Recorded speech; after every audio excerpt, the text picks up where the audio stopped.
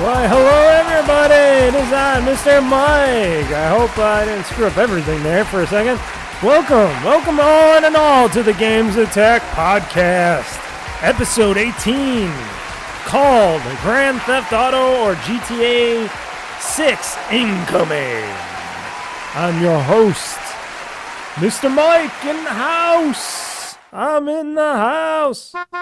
Enjoy your game. That's a good game. Oh, yeah, baby. I'm in the house, everybody. Oh, welcome. Wow, this is going to be a full-fledged podcast today. Whew, got a lot of stuff to talk about. A lot. And maybe I might have to skip some stuff, but I don't know, because lots of stuff been happening over the week. Oh, or weeks, I should say, because, like I said, every 2 weeks I put out a podcast, and boy, oh boy. And it seems like all the other podcasters out there seem to be like sleeping or something at the podcast wheels. They're talking about certain things. Some podcasters are just doing their Game of the Year shows where they're just talking about the games they played, what they feel is in what best categories. And actually, I got to tell you, the people that I used to listen to a lot, and I still do, but the Giant Bomb Crew, they've been really sleeping at the wheel. Their podcasts have, for gaming and stuff, and for this year's Game of the Year awards for them, or their whatever, Giant Bomb's Games of the Year, or whatever they call it, has just been really flat. Where I don't have, do I have it? Ah, here we go. Yeah, it's been really bad. They need to Open up the door. They need to open up that door because shit. Oh, that is some disgust. Like they're talking, and I'm like falling asleep. I'm like, there's nothing interesting that they're talking about. They're just aimlessly talking and ranting about stuff, and they're not really showing any interesting conversations of the games that they're talking about in their Game of the Year. And it's a sad state where, and I know they're trying, but Giant Bomb hasn't been what it was since, Vinny, Alex, Brad, and of course Jeff Gerstmann being outed from the company later. But at least I listen to those guys separately. Even they haven't had like the best podcast this week, and I've been listening to like Jeff Gerstmann. His podcast is basically, I'm just going to talk about every movie title that's coming off of PlayStation TV and video that used to be a part of Discovery, Warner Brothers Discovery, and they won, and some deal fell through or whatever it was, and now even if you purchased your movies on digitally, which here's the thing, here's a little dirty thing, people. Don't purchase your movies digitally online. That is a stupid fool's errand. You're not purchasing anything. Sure, you get to purchase as long as that license sticks to that service, but once that license is gone, they can yank your movie at any time. Do not purchase it. You can rent it when you want to watch them, but don't kid yourself and purchasing and thinking that's going to be in your catalog for the rest of your life. No, it's not like buying a DVD or a Blu-ray. It's them on their service, bound by the rules of big film, big Hollywood and stuff like that. And when somebody comes a knocking or says they don't want to play ball, like Warner Brothers Discovery, then you lose all your shit. All that shit. And for those people that are crying and whining and like, oh, I lost all these shows and movies or whatever, and oh, am I going to get compensated back because I purchased them and I own them? You don't own shit, people. The only time you own shit is if you buy it physically and you own it physically and it's in your hand. It's got to be in your hand. Like this phone is in my hand. I own it. It's physically in my hand. I own most of my games, even though the games industry is going more digital, and even I'm basically going more digital with my games, which could be an outlier and could backfire on people like me. But it hasn't been super bad with the games industry. You know, all the games that I get probably will be around for the very foreseeable future, especially because they're trying to make deals nowadays that hopefully will make games keep them for sale in future stores and whatnot, and we'll see how it all is. But still, if you want to own something, people, digital isn't owning anything. Unless if it's music. Like if you buy like an MP3 off of like Apple iTunes or Amazon MP3 or something, when you buy that music, you get that digital file. You can download that digital file to your device, to your computer, and that's yours to keep. That's an exception to the rule. Now, if you were able to buy a movie online and stuff, and you were able to purchase that digital MP4 or MP5 or whatever file they would send you, probably an MP4, and then you could download it to your computer or device, and you can move it to wherever you want on your own server, Plex server or something like that. That's when you own it. That is true ownership. Not like the movie industry is going to ever go that route. I highly doubt that. They want to own you. So that's why I still buy physical media, especially in movies and TV shows and stuff. I buy discs. I buy Blu-rays. I just bought a bunch of Blu-rays. I bought some movies and stuff that I had on DVD that I wanted up-resed and stuff. I wanted higher resolution on stuff. I bought a TV series on Blu-ray because it was really cheap on Amazon and stuff like that.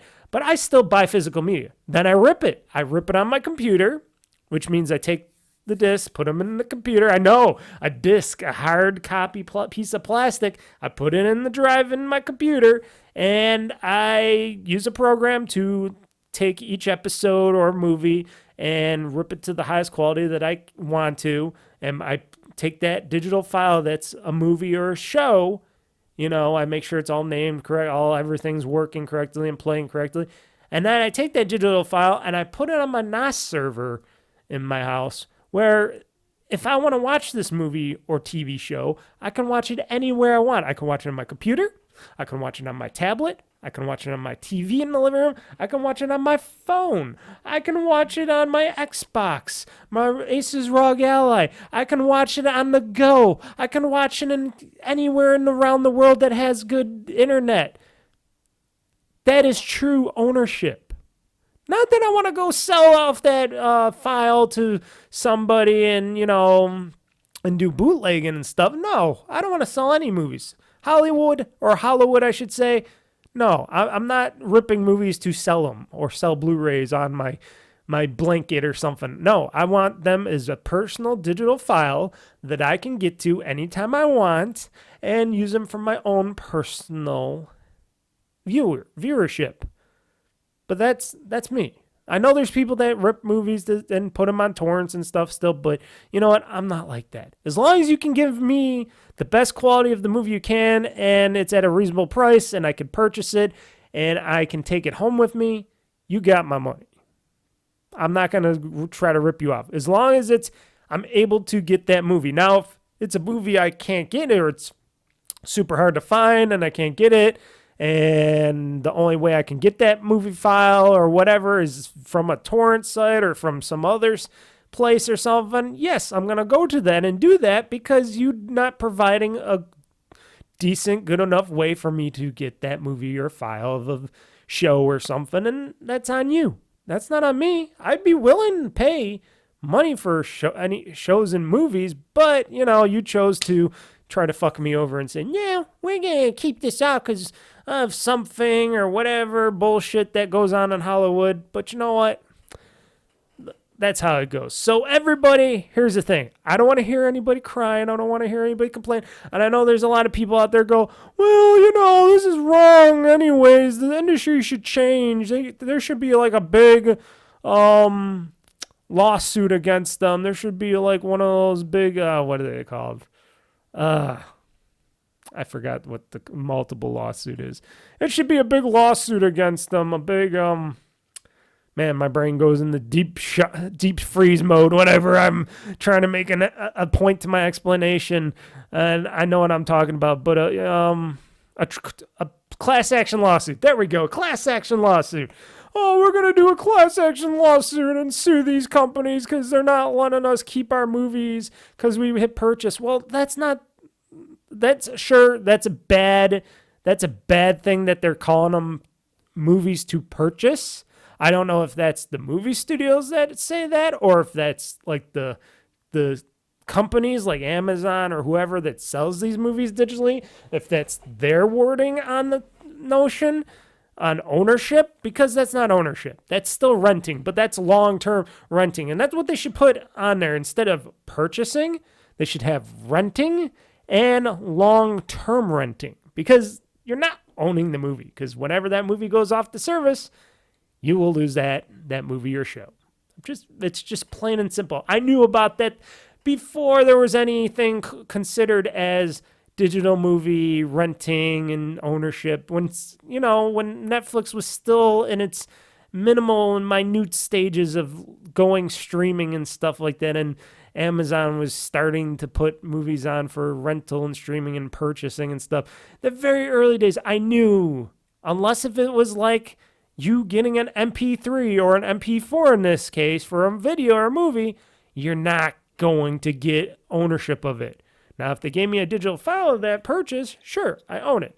I have it. It's in my digital hands in my computer. And then if I lose it later, then I could buy another one from them, and then they make another $20 from me or something like that, But they don't do that, and because they're too chicken shit scared in Hollywood, they think everybody's going to take that file and BitTorrent it and stuff. And I'm like, no, if you make it easy enough, I'm sure most people will buy that video file and stuff, that digital video file. Just like the MP3s and stuff, which people say most people don't buy anymore. I still do. If I can't find my music on a CD and I can buy it as an MP3, I go to Amazon, I buy my music as MP3 still, because I like to have my music with me. I don't like to go to Spotify or anything like that. I tried Spotify before. I tried all that. I didn't like the streaming thing, especially with ads. Nothing is as worse. Nothing's as bad as trying to work out, and then you're listening to your music, like from a Spotify thing or whatever, and then you get a fucking ad in the middle of your fucking workout routine. That just horrible. Horrible. And people are going to say, well, why don't you just pay for Spotify and get those ads taken off? Well, why should I do that? Why don't I just buy the music in there? Or why should I just torrent the music and take it and put it on my phone? See what I mean, my people? So ownership. Ownership means physical or digitally physical. We'll even say digital physical, even though that doesn't make no sense. Or digital physical in your hand. That means it's on your machine, hand, device, whatever. It's not in the cloud. It's not on somebody else's server. That's not ownership. Ownership is in your possession, where you can do what you want with your files or physical stuff. And like I said, I still buy physical games, but now in this near super future, like the upcoming Like a Dragon Gaiden, or Like a Dragon Gaiden, I already playing Like a Dragon game, but the upcoming Like a Dragon Infinite Wealth game, I could buy that physically. I could go to pick it up at a store. I could get it delivered to me. But I'm choosing to buy it digitally because with Like a Dragon Infinite Wealth, I am getting a better deal on that, buying it digitally than physically this time around, because Microsoft and Sega, aka Ryoko Studios, Geo Studios, had an agreement or did a something, and I'm going to be able to play that game on my Xbox or my PC. So I'll be able to buy it once, and I'll be able to play it on two different devices. So I don't have to pay, I got to either buy the Xbox version or the PC version. No, I get two versions. That's the reason why I'm buying that game digitally instead of just buying a physical Xbox version. Now, if they did not offer me a choice to get the physical or the digital, get the digital edition and be able to play on both the console and the PC, I might have probably just purchased the physical edition of the game, even though you're still going to have to download the game on top of that. But still, I would probably buy the physical copy because that's the kind of guy I am. If I can buy something like a game physically and stuff over digitally, I will still. But in cases like this where Microsoft and Raigoku Sega are giving me that great little option, if you buy it digitally on the Xbox store, you can get to you can play it on any of your devices. You can play on your Xbox or your PC or both. So I'm choosing that option because then I get more options. And most likely I'll be playing it on PC anyways, but you never know. Maybe I want to switch to playing on Xbox eventually or something, or play on my ROG Ally or something down the road, you know. I got that option. I got that choice. That is something that I like. And then there's other games that they don't have physical editions for, and I buy them digitally. You know, like I just bought a few games when Xbox.com had a nice little sale still going on after Black Friday and stuff, and they had all these titles that, yeah, sure, most of them are mostly on Game Pass, most of them, and I'm like thinking, but they're so cheap. Maybe I should buy them because I might want to play them down the road, and who knows how long they're going to be on Game Pass. And these are games that I don't have to play right away, and I'm probably not going to play them right away, but I want them for down the road. So if I'm thinking, maybe I want to play something different this time, I'll have them. And I'll be talking about what I've been purchasing down the road. But yeah, if people, when I hear that stuff, physical, digital, and the whole thing where Jeff Gerstmann was talking about all the shows and movies and stuff that is leaving and everybody was crying about it and stuff, and he says it's a travesty and everybody else is like, oh, that's a travesty. I'm like, what were you expecting, old people? I am sorry that you think one way and the industry definitely thinks a different way. It's been like that forever. It's not going to change unless if there is that class action lawsuit or the government steps in instead of fucking trying to fuck Microsoft in the ass still over the Activision Blizzard deal. But, you know, our government likes to waste the people's money over here. Even though all the other governments of the world said this was okay, but you know, what do we know? What does our government know? Anyways, welcome to the GamezAttack podcast, where we talk about video games and not digital downloads of videos and stuff like that. Even though this was happening on a PlayStation side, I don't hear too much about that on the Xbox side. Microsoft still sells and rents movies and shows and stuff. I think they do. I haven't been in that. I've been on the Xbox store, but especially on my Xbox, but I had never really went into the movie TV part of that thing. I just never cared. Back when it was still in infancy, back when digital downloading of media was still brand new and exciting, I did download a little bit of a few, clips here and there on my Xbox 360. This is back on the 360, where I downloaded like some Jessica Simpson music videos, which I think they were free at the time. And then I bought that, I think it was Make Love Not Warcraft. It was the weapons one. Oh, what's it called? The South Park episode with the weapons. We love the weapons or weapons. They were all little ninjas buying all the ninja weapons, and then Butters got a ninja star stuck in his eye and shit. That was the good old days of South Park. But I bought that episode digitally on the 360 because I was like, oh, this is new and stuff. And you know what? If I go on my 360 right now, I go on that sucker right now, and I load that baby up, that show, those clips and shows are still on that hard drive, and I could still play them apparently. So I could still watch that. Even though I have it and own it, I can just still go to my 360 and play that stuff, which is outrageous. I think there was the Hogan's Knows Best thing too I bought as well, an episode of like Brooke Knows Best back when Hulk Hogan was in that big lawsuit or something, and he basically got divorced with his wife and all this weird. No, it wasn't that. It was his son crashed the car and something happened where he was like, oh, we got to get rid of all our assets. Or something was going on where they were trying to get rid of assets and stuff. and he was, and the show went into Brooke Knows Best and stuff. It was weird like that. She had the show, it was named after her for a little bit, and that didn't do well, of course, and that went under. I have an episode of that. Back in her in infancy, and when Brooke Hogan was super hot to me. Yeah. Anyways, this is a gaming show, and I got a lot of gaming stuff to talk about. I'm just going to quickly go through the stuff that I have played in the past weeks. Here we go. The games that have been played in the past week. Did I ever have that loud enough?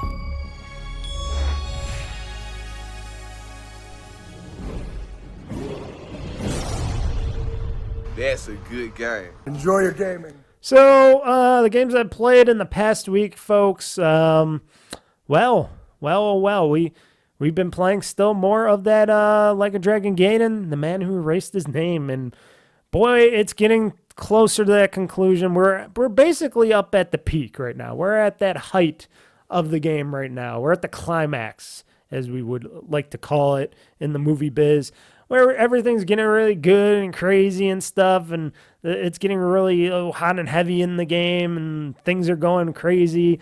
And we're on chapter still 4 of 5. Chapter 4 seems pretty long. I think it's just because I've been doing a lot of side stuff as well, side questing. And, today as I'm recording this on Saturday, I am going to be doing a grinding session of Like a Dragon Game again, of course. Getting more money, doing more side quests and stuff. Going into hopefully the castle and doing arena stuff. Hopefully not going to get into any story stuff, but hey, if that happens, that's why I'm doing a recording of it. That's why I make a show of it, because if I do accidentally get into some story, I don't want people watching the next live stream of Like a Dragon, Yakuza Like Me, Yakuza Like Me, the next episode of Yakuza Like Me on the live version go, oh, what happened? It looks like you skipped everything, or you went and progressed in the story without us, and I don't like to do that. I like to make sure people know what I'm doing. And so that's why I do these side videos, so I can keep playing more of what I like to play, and I like to play more Like a Dragon Gaiden, and I don't mind. I like playing the side stuff. I like doing the grinding and stuff because it's really fun. And, I don't want people to miss out on anything that I might accidentally get into or hit. So that's going to be played more today. I'm going to do more to that. Over the week, this week mostly, and last week, but mostly this week, I was just really out of it. I didn't really play much of anything this week because I had a lot of work going on, a lot of work hours and stuff going on during the week. So I've been working a lot of overtime and stuff like that and busting my hump like usual. So all I've been doing when I came home, from my shower, eating and stuff like that, I've been watching some like my digital TV shows that I ripped off my Blu-rays. I've been watching that, and I've been playing Vampire Survivors a bit, because that is a fun game you can just start up and play. And because I have this big supercomputer here with these 2 giant curved monitors in front of me, I got the one monitor playing, the TV show or whatever I'm watching. And then on this front monitor here, I have the game Vampire Survivors playing, and I can play it. I'm playing with my controller and stuff, and I'm having a blast. And, and then when I get a little sleepier and stuff, I just turn everything off and I go into bed. Very, very easy. Nothing I have to worry about getting far into. I can play a whole level of Vampire Survivors and then I'm good. And that's what I've been doing for this week. Goat Simulator 3 hit Game Pass, and I tried a little bit of that because I watched people play it. It's okay. It's not like the other Goat Simulator game. It's not like the first one. It's a little bit. I haven't gotten much into it. I just wanted to try it out, see how it was banging and stuff. It involves goats. You're a goat still. You got superpowers. You can grind power lines and stuff. I didn't hear too much about that after a while. When it came out, people played it. People did a little bit of stuff, and then it just went away really quickly, I think. I can see why, and a lot of the objectives or whatnot that I don't know what I'm doing in there seem to not really easily pop up, or if I want to get to some place, it doesn't seem to, like, I can really get to that place very easily, and I don't know if I'm going to continue to play it. I got so many other great games and stuff that I want to play. I just wanted to try it out a little bit, but I'm not getting that original Goat Simulator feeling like I did with the original, or like Deer Simulator. I'm not getting that original Goat Simulator fun that I did back in the day. And I don't know. Maybe it's just because they tried to do way too much on us. They did the whole Skyrim thing in the beginning. That was always funny. Where you got the goats sitting in the cart and you're slowly going through and they want you to sit in there and listen to this stupid banter, and all the goats got their tongues hanging out like this the whole time, and they're dead-eyed and stuff. That's funny. That got a little chuckle out of me, but I think I'm gonna delete off my Xbox. Like I said, it just came out on Game Pass, so I might try to play a little bit more Goat Simulator 3. I don't know. I might just end up just bouncing it out of there. It doesn't matter, it's a Game Pass game, and that's what you do with Game Pass games. You try to play them or you bounce them. And if you're not getting into it, like if I'll try it again, like if I try it one more time and I really can't get into it, I'll just bounce it. It's not a big deal. There's a lot of things you might not like, and there might not be a lot of games you might not like. That's the nature of the gaming industry or anything. That's our freedom, people. That's the freedom that we still got. We might like it or we might not like it, and we don't have to do that we don't like or play that we don't like. So I don't think I'm going to play anymore, but I might try it one more time. But if not, if I feel like I'm not going to get into it, I'm just going to bounce it off my Xbox. It's just a digital version. If I would have bought a disc-based version of it, yeah, then I might be stuck with it and I would have to try to play with it or whatever, but I'm not. Another game I got back into, and they did update it, and it's pretty fun on a handheld. I've been playing this on the ROG Ally, Killer Instinct. Been getting back into that a little bit. I'm like, yeah, I really would want to play a fighting game on my ROG Ally, because I did not get, because they did not offer any Street Fighter 6, crossplay between console and PC or anything like that, or I can't buy Street Fighter 6 on the Xbox store. See, this is the only little itch I got with like the Xbox PC store, or what I got with these game publishers.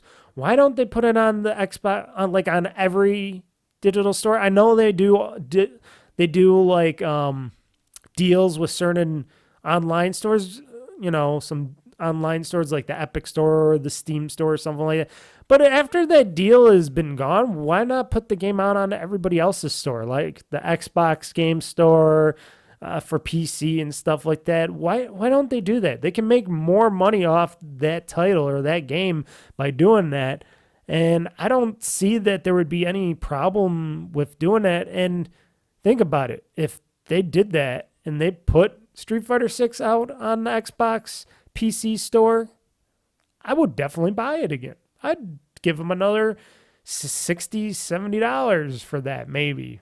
Maybe if they gave it to me for $50, I would definitely buy it probably and play it on my ROG Ally or my PC in general on top of it. And you're probably saying to yourself, well, you could buy it on all the other sites and whatnot, because isn't it on Steam? I think it might be on Steam. I didn't look. But no, I would want achievements, because I'm an achievement whore too. So that's what makes it more complicated for somebody like me if I'm playing a PC game. Unless if it's like a game which is made directly for PC and they put it directly to like the Steam store, I'll buy that. Or if it's a PlayStation game, like the PlayStation games, like the Spider-Man games, the Zero Horizon Dawn games, stuff like that. If it's only made for PlayStation, of course there's not going to be achievements for it. But if it's a game from the PlayStation that interests me, like that Ratchet and Clank and stuff, the Rift Through Time or whatever it's called, I'll buy that. because I know I'm never going to get on Xbox because it's a PlayStation game and it'll never have achievements, but the game looks like it's going to be fun anyways. So I'll get those games, and that's the exception to my rule. And I can still play them on my ROG Ally because they're from Steam, and you can play your Steam games on the ROG Ally on top of it because it plays PC, Windows, Steam games, anything, because it's a PC in your hand with a screen on it. But Killer Instinct, yeah, I'm getting back into because I wanted a little fighting game on my ROG Ally to see how that does with fighting games, and it does pretty well. It plays pretty well. I'm having some fun.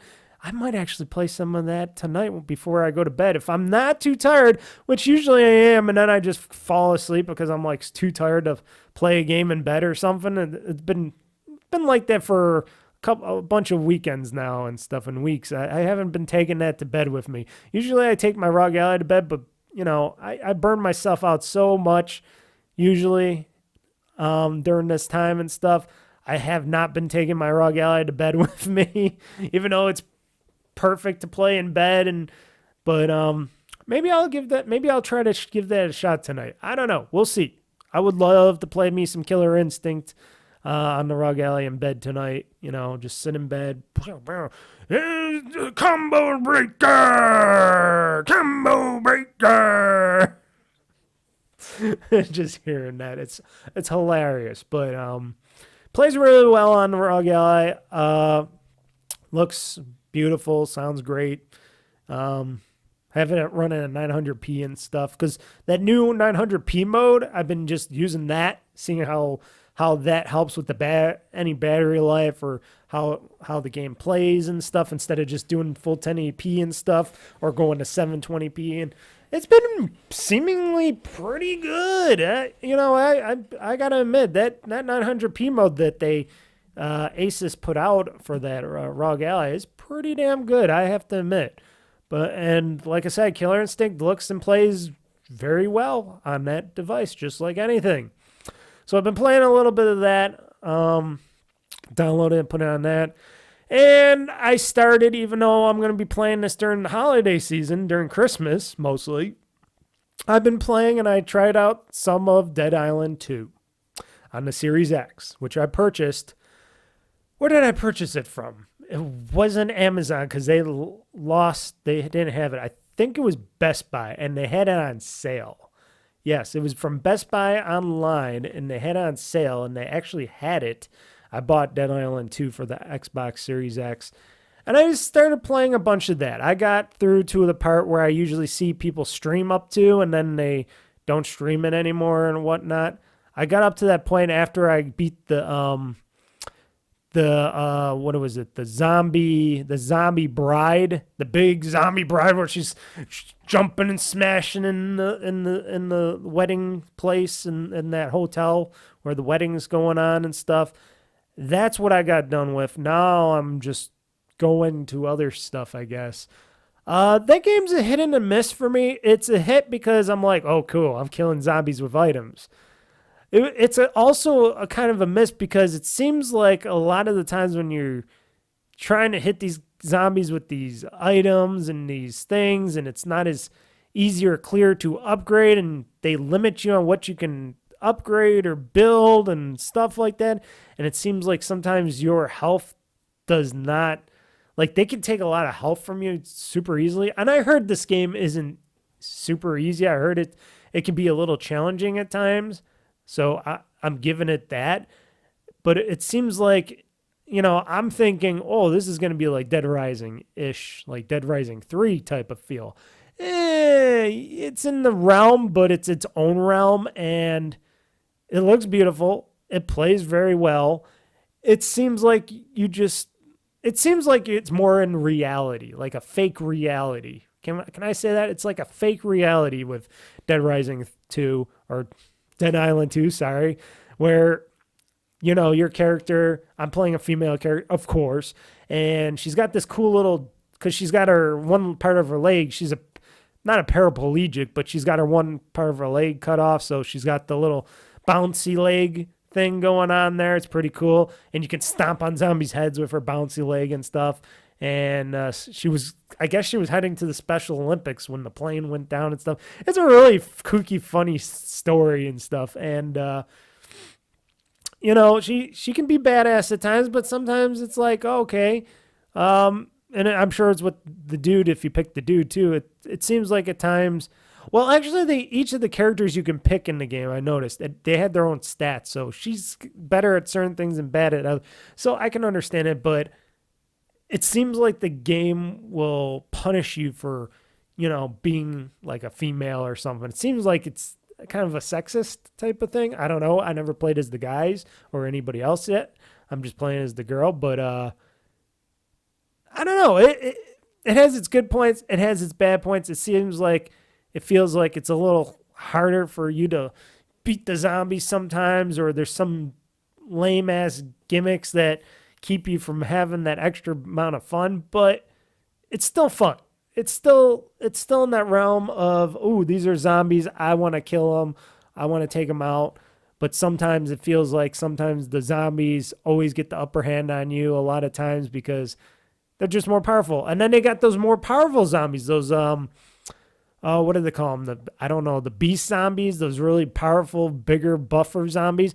They hit you once, you're basically down for the count. And I'm like, okay, is there a way for me to hit this big zombie? And sometimes I'll jump up like on a vehicle or something, and I'll try to hit the bigger zombie. And then if I fuck that up or something I miss, I can get hit, and then it just takes a big chunk of damage out of you. And it's like, But at least there's a lot of health items around usually in most areas where I'm like, okay, I'll just drink one of these energy sodas, or I'll eat this, or I'll do that, and I'll get some health.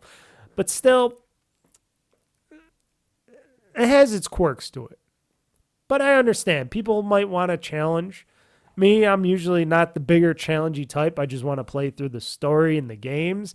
But Dead Island 2 is definitely not like that. But it's really good. I'm not going to down it for what it is. It still plays very good. It still has an interesting story to it. And the characters seem really interesting and funny and stupid and, stuff that I like in a zombie game. It's just, it's a harder play for me because I suck at it. We'll just say it that way. I suck at it. Plain and simple. I'm not going to beat around the bush or anything. I just suck at it. But, yeah, I'm starting to play that. Like I said, I want to play that during the holidays. Like if I do it on a stream or something, or if I do a pre-recorded holiday episode. I am going to be doing a Christmas stream, by the way. I'll be talking about that in a little bit. I am going to be doing a holiday stream and stuff, but I might also put out a video or two, like a Let's Play or something. I haven't decided. I think I said originally I was going to play Dead Island 2 as a stream. I was going to stream it, but we'll see. Maybe I might change that on Christmas Day when I stream, because wasn't I going to stream on Christmas Eve? I was going to stream on the 24th. Yes, I was going to stream on Christmas Eve, and then Christmas would be like a video or something like that. But I'm going to be playing a lot of games during my 3-day plus weekend this Christmas, this holiday, and eating a lot of shit too. Yes, not a lot of shit, because I'm going to be eating sausage and ham and stuff like that, and I'm going to be getting pretty soon. But it's going to be one of those gamer holidays for me.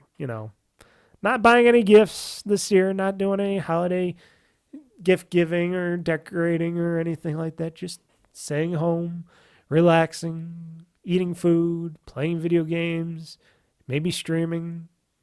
That's nice. That's nice to me. I like that.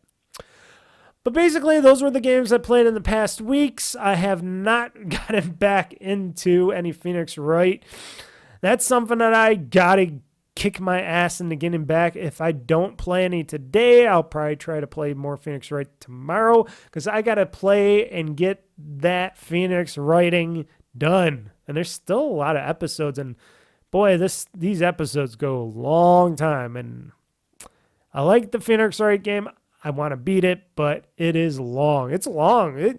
They give you a lot of freaking reading and gaming and searching in those Phoenix Wright games. I got to tell you, you get a lot of bang for your buck. A lot of bang for your buck. Holy crap, there's a lot of stuff in that. But I haven't been playing any of that. I got to get back into that because that's that's a game I want to play and beat. I want to get the Phoenix Wright trilogy out of my way because then I can go into more heavier games. And then, like I said, I also got Infinite Wealth coming out next month at the end, almost end of the month. So yeah, I got some stuff that I want to play and get through so I can get to that. So like I said, we got a bunch of stuff to talk about. We got stuff from the GTA trailer which the GTA trailer, not many people have been talking about. Jeff Gerstmann talked about it a little bit. Nobody else has really talked about it. I think Giant Bomb may have hit that a little bit, but everybody else, Rebel FM, the guys, what do they call it? Like Nextlander, I don't think they talked any GTA. And then I still didn't hear from the bald guys, the Cheap Ass Gamer. They didn't put out a podcast yet because for some reason they haven't been doing much stuff over there. They've been slacking. How come these guys are slacking? And I like how these other podcasters that Slack say, well, we only do this for fun. We put it out because we want to put it out. And it's like, well, I don't make no money from my podcast either or anything. And I still put out my every 2 weeks podcasts.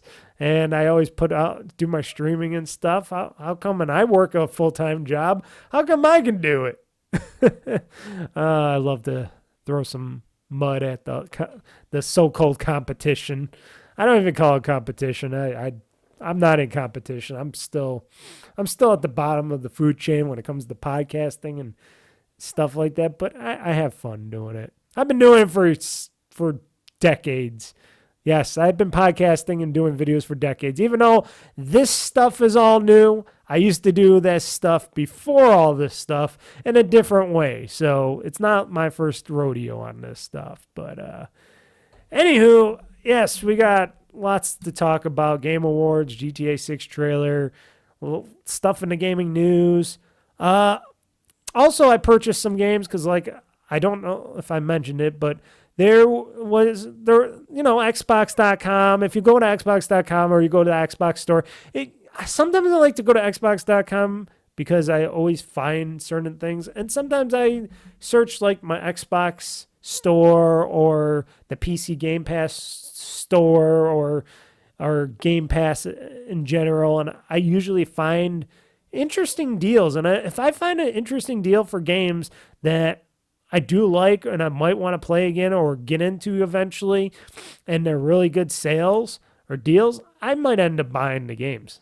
And note, yes, digitally again, but yeah, and Microsoft has been gifting us if you play in the Xbox or PC Game Pass or whatever, the whole general Microsoft Xbox ecosystem. I'm just going to say Xbox, even though it's PC and Xbox and stuff like that. If you play in that ecosystem and you go to the PC store, the Game Pass side of the stores and things like that, I've been finding some really good deals on games that I had to buy. And I bought 3 games that I might not play right away or even play at all, but because they were on sale and they were like $5 here, $6 there, I said to myself, why not?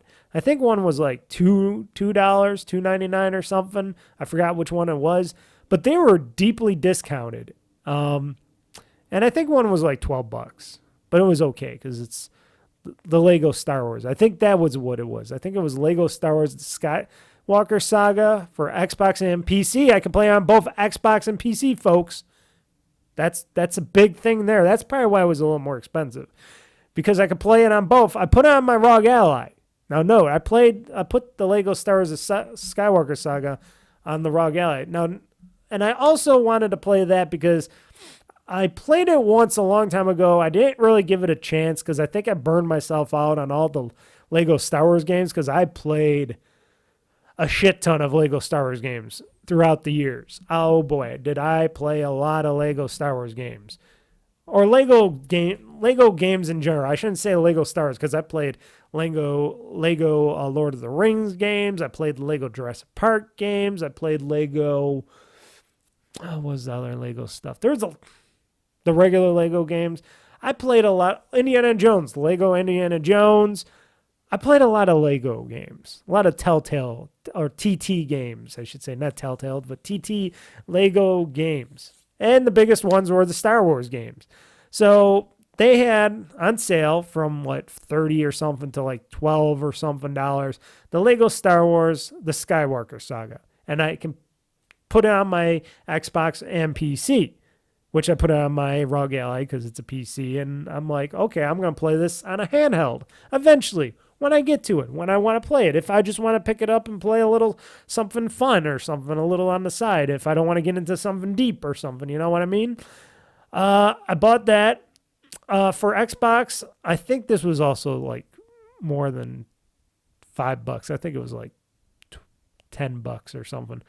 Planet Coaster, because a lot of people been talking about Planet Coaster.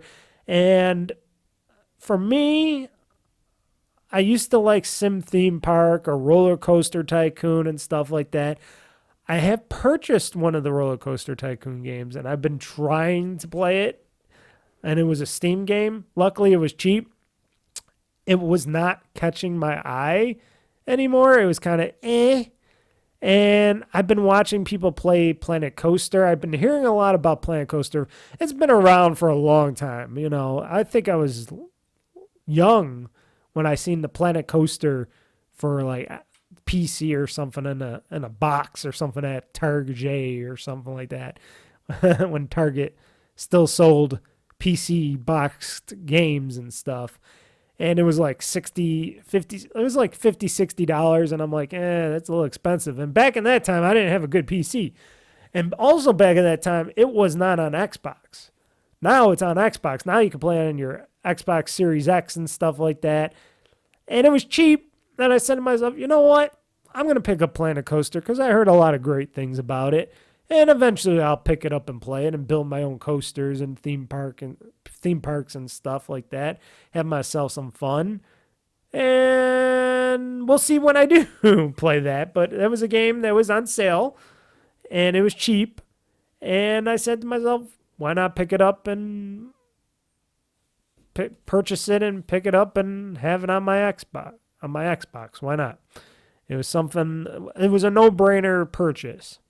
And the final game, which I originally thought I wasn't going to purchase, but because I own all the other games, either on Xbox or on my PC already, and I said to myself, well, damn, this game is like $5 or less than $5, I think at the time.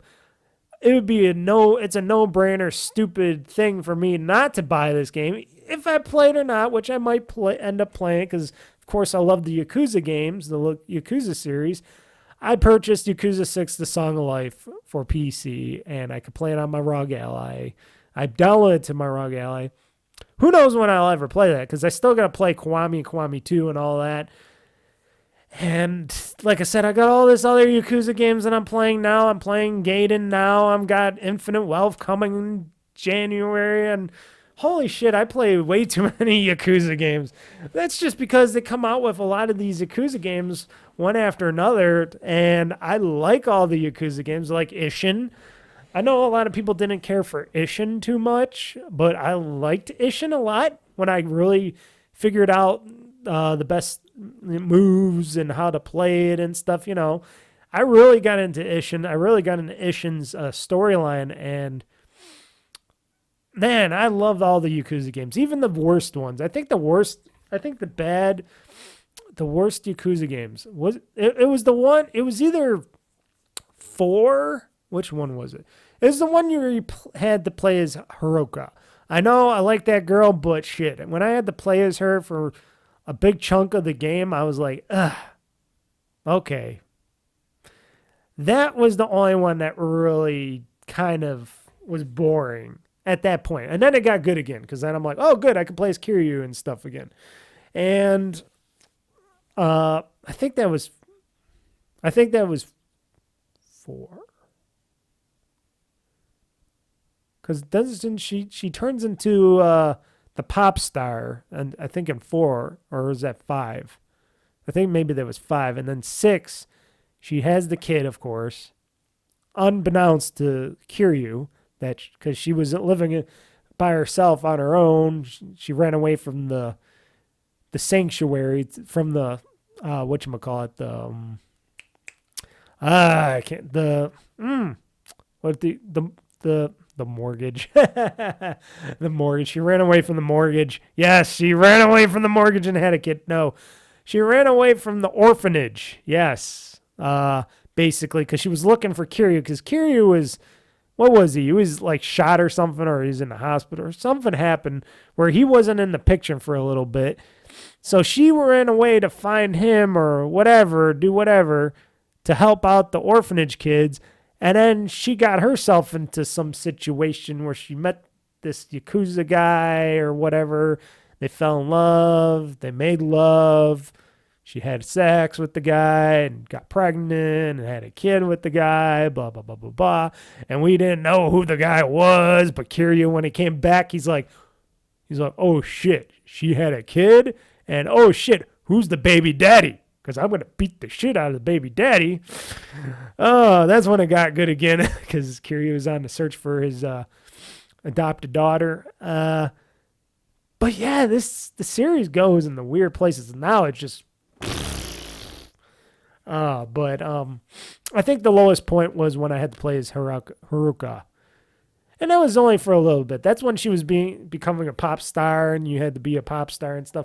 I know a lot of people like that. I didn't care for it too much, but, you know, after I got back with Kiryu and beating up people and stuff, I felt better on that. But anywho, I still like all the Yakuza games, and I said to myself, God damn it, Mr. Mike, you got to buy Yakuza 6 A Song of Life, because it's one of those games where you're just like, shit. Okay, Kiryu has a baby. He has his adopted daughter's baby. He's got to go find the daddy. He's got to go kill some people. Okay, let's uncover this big old secret. Oh, let's do all this stuff. Oh, okay. So I'm like, shit, I got to get this game too. So basically, I have all the Yakuza games digitally and stuff now, and I can play them all over again, which I've been doing with Yakuza 0. I played again. And I beat Yakuza 0 again, and then eventually I'll get to Kiwami and Kiwami 2 and stuff like that later down the road. But I got a lot of games to play. Now, did I need to purchase these games? No. But because they were on sale and they were at deep discounts, and they were the ones most likely for me to want to play eventually, I purchased them out of whim because there was a sale. And because I'm a dumbass. Knock, knock, open up the door. It's real. Yep, because that's a good game. Because they're good games. Okay, let's talk about this GTA trailer, shall we? It's about time, because holy moly. Or should I talk about the Game Awards first? Game Awards happened after the GTA trailer, but I do have the GTA trailer after the Game Awards on my sheet here. So let's talk about the GTA trailer. Fuck it. Here, hold on, folks. Let me move all my GTA talk forward.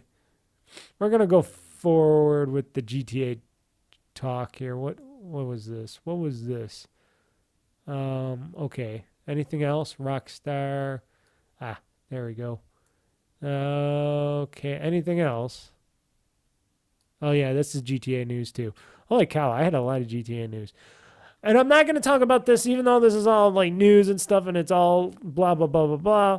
I'm talking about it now. But, yeah, GTA 6, it's coming out. It's a game. It's coming out, folks. It's coming out. Yeah. Oh, yeah. But here's the thing, folks. It's not coming out till year 2025. Knock, knock, open up the door. It's real. Yeah, wow. And I got a lot of questions if I was to ask Rockstar personally on why they would put out a trailer now when they're announcing this game to be outed in 2025. I hate. There's nothing more than I hate is when a company, it either be a video game company or a movie company, they come out with their stupid promotion of a game or a movie and they put out a trailer or something and they say it's not coming out for like a year or two down the road and it's not coming out right away or soonish, you know. And it pisses me off because it's like, okay, people have been waiting for this stuff for a long time. We want to see what you're cooking up. Sure. But if you're going to tease us a trailer for a upcoming game, why don't you have that game almost be done in a ready state, but you're going to just do polish and all that other stuff and have it before, like, I don't know, 6 to 8 months.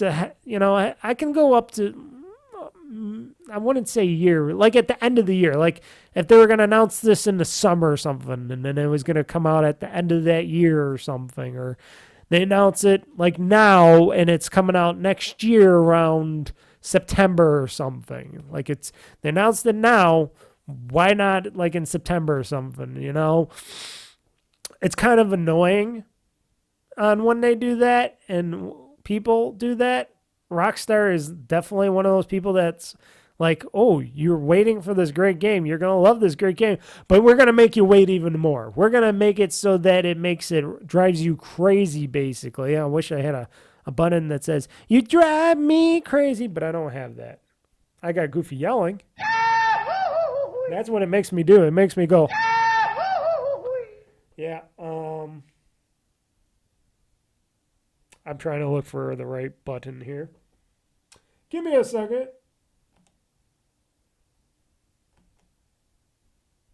I don't think I have one. Whatever. But still, all in all, what am I doing here? What's going on here? Audio board. Okay, I guess I was in that.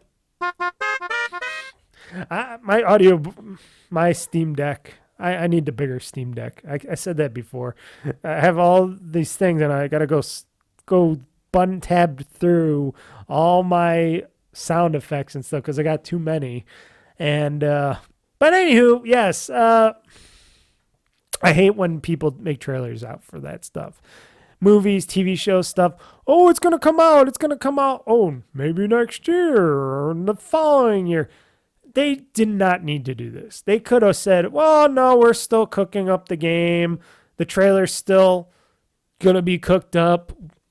We'll put it out next year or something for you guys, because then it'll be coming out the following year. Because then that would make fucking sense. But because it's Rockstar and they want to fucking hurt people mentally, they're going to put out a trailer now, not really show you anything. They're going to show you the game, or they're going to show you the trailer that is all in-game, you know, engine-based. It's all in-game footage on what the game's going to look like, which it's going to look beautiful because I'm scrubbing through the thing right here, right now, Rockstar Games Presents, and you're looking at this world. I'm going to play it now. I'll keep it really low. And I know YouTube's going to automatically hear this one little sound bite of that music, and they're going to go, oh, that's blah, blah, blah, copyright, because their bots are fucking suck. But I look at this trailer, I'm like, okay, everything looks amazing in this trailer. Everything from the streets to the driving to the way that this it's, okay, it is going to be Vice City, but it's going to be more than Vice City. It is going to be more than Vice City because it is going to be, what's it called? Leonida? That's what it's called. It's in the state of Leonida that includes It's a fictional state that includes Vice City and other areas, expanding the game's scope beyond Vice City, but it still has Vice City in the heart of it, because of course you're going to have that. And what the developer, Rockstar, is stating is that the GTA 6 setting is going to be a lot bigger than just Vice City, and it's going to be like 3 times the size of Vice City. And I think that's what they said. I think they said it's like 3 times. I'm trying to look for the confirmation on that. I think it's going to be really big. It's going to be the biggest game that I don't know if anybody's made, but Rockstar has made, and it's going to be really big. It's going to be really fluent. It's probably going to be a lot of gameplay, and they're talking stuff about how the game's playable characters, graphical improvements, alligators, vehicles, and how Vice City is being updated till now. And of course, like I said, the GTA 6 map as the game is set in a greater state of Leonida. It's going to be a big game. It's going to be a really, really big game. Like I said, the problem is, why are you just putting out a trailer now? Why couldn't you wait till like middle of 2024 at least, to the end of 2024, to announce it for 2025? I would have been more happy with that, because then I would have been like, okay, they're going to wait. I know they had what do you call it? Not event. They had their anniversary of Grand Theft Auto recently. I think that's what it fell around to. They wanted this to come out around their anniversary or something. But still, if it was me, I would have waited. It's not like they have to worry, though, about losing their voice or losing the whole giddiness of wanting to get Grand Theft Auto. People are going to buy Grand Theft Auto. People like me are going to buy Grand Theft Auto no matter when it comes out. We're going to buy it. And Grand Theft Auto, is going to come out, and they probably don't have to show us a single damn trailer. They could just say one day, hey, Grand Theft Auto 6 is coming out next week, and people will be like, what? Get it now, buy it digitally on your Xbox and PlayStation now, and then down the road, when we feel like a lot of people have purchased this game enough times and we'll update it a little bit more, then we'll put it on PC so you can all buy it again. And then people will be like, what? Because that's why they're not doing a PC. That's why it's not coming out on PC right away, because they don't want it on PC right away, because they know that's the biggest pirating device out there.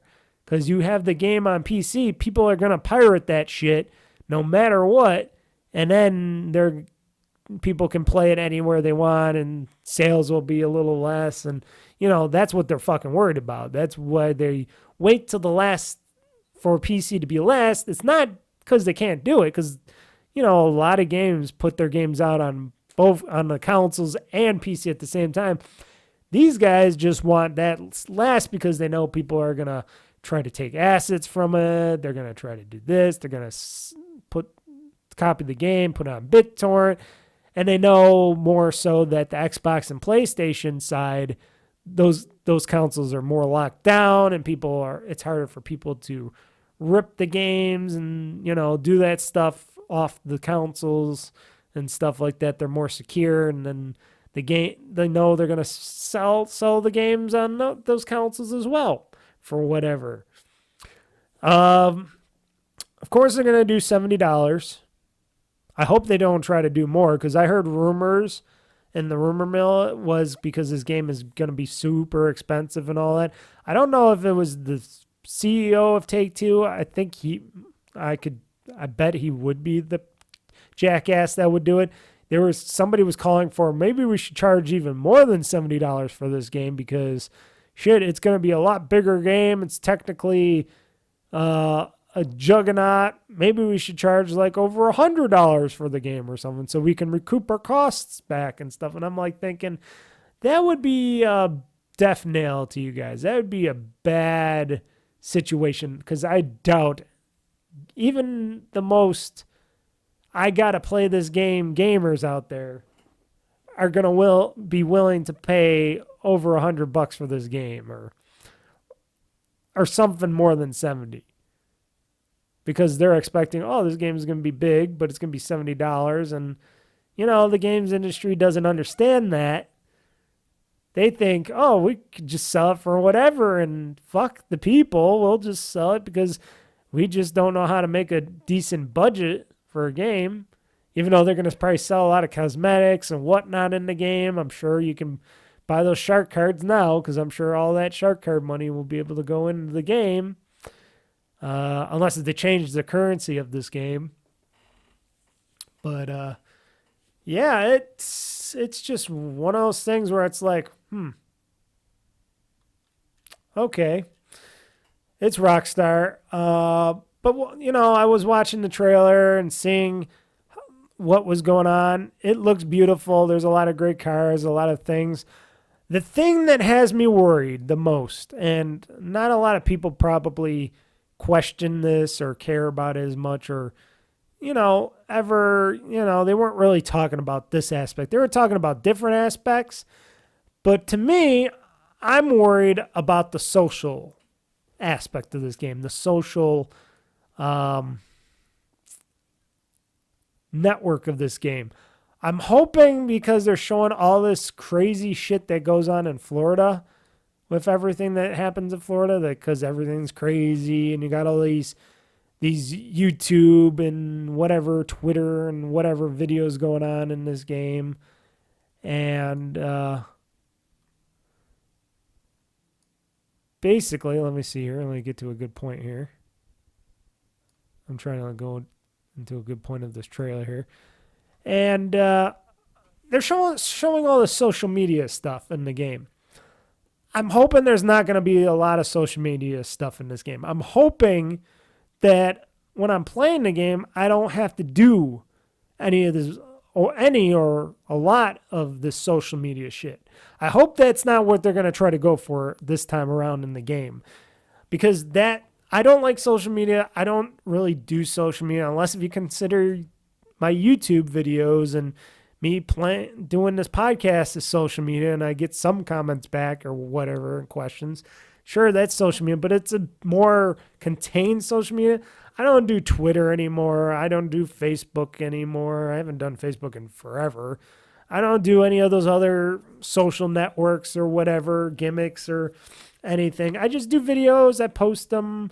I'll put up some stuff. Maybe I'll let some comments go on a video, which is basically my podcast. That's the only time I usually have comments on that, or special videos I'll have a comments on for that. But otherwise, I'm scared about if they're going to push too hard into the social media. I know this is the world where everybody's making the stupid TikToks and the stupid YouTube videos and all the other bullshit to get likes and money and all this other stuff and bullshit. I just want to play a good hardcore game with a good story to it. Another thing that people were bothered about, but I'm not bothered about, but other people are bothered about, and they're all up in arms about this because, there's a lot of self-centered, very, let's just say, not safe in their own skin, should we say, or they don't like themselves too much. And a lot of people, and I'm not going to say a lot of people, there's probably just that circle jerk group of people out there that are crying and complaining that the main protagonist is going to be this lady, Lucia. I know you can't see her because I don't have the video up, but she's a Latina looking type of girl, Florida-based Latina girl. They do got a guy, probably another protagonist that you can portray. We don't know yet, but they said there's probably going to be two. But Lucia is like the one that they're showing off in this game trailer. She's like And a lot of people said that she was a mom too, but we don't know that for sure yet. But maybe that might be the case. But she ended up in prison, blah, blah, blah. This is going to be the modern day Bonnie and Clyde, blah, blah, blah. She's very, good looking as the main female protagonist. She's very capable of shooting people up and whatnot. I guess she's supposed to be trying better or whatever. I don't know the whole story yet. I just know these little bits and pieces. But we do know she's going to be the main, you can play her as a main playable character. And a lot of people hate that. A lot of people are like, and I got to stop saying a lot of people, but the circle jerk group of a little bit of people that have big voices because they just scream to the top of their lungs and they're little pussies and stuff. I'm going to say that directly. They're the ones crying, oh, it should only be a male protagonist. Oh, female, no, they're weak, blah, blah, blah, blah, blah, blah, blah. And it's like, first off, dumbasses, there's going to be two people you can play. There's going to be Lucia and the other guy, which we don't know yet what his name is, but we know her name is Lucia. Latina girl. Don't know about the guy yet, but we'll find out. And you know what? I played many of these games. I played many Grand Theft Autos. I played some Assassin's Creeds. Mostly Assassin's Creed Odyssey, which, who could you choose in Assassin's Creed Odyssey? Which, of course, the circle groups of guys out there and people that don't like their own penises much or whatnot, that are very scared of their own shells as people, they were crying and complaining, there's going to be, you can play as a main girl in this Assassin's Creed Odyssey. I don't want to play as what was her name? Jessica, not Jessica. Shoot, it's been a while. What's her name? Ooh, let's see. Hold on. Assassin's Creed Odyssey. And I bet you I'm going to figure her name out before I even look this up.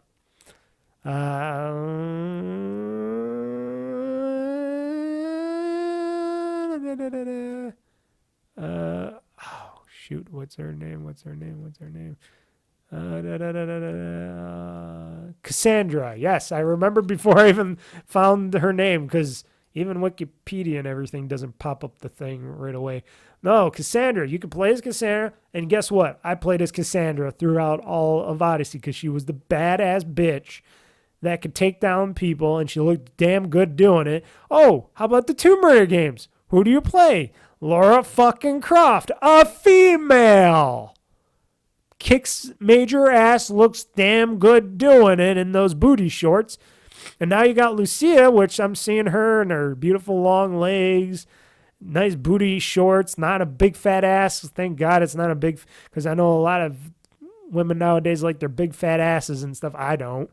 I'm not a guy with a big fat ass. I'm not a big fat ass kind of guy. I think too much junk in the trunk means you've been eating too many of those ho-hos or something. I like the more thinner. She's got a perfect ass. I'm sorry to say, as a video game character, not too big of the breast side, but she looks perfect. She looks like a decent badass one. She looks like she's got a little muscle on her, probably pumping some weights in the gym or something.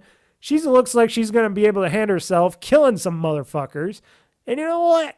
I am fine by that, and I'm going to play as her as much as I can. Sure, maybe the other dude's going to be good too. Who knows? We don't know him yet.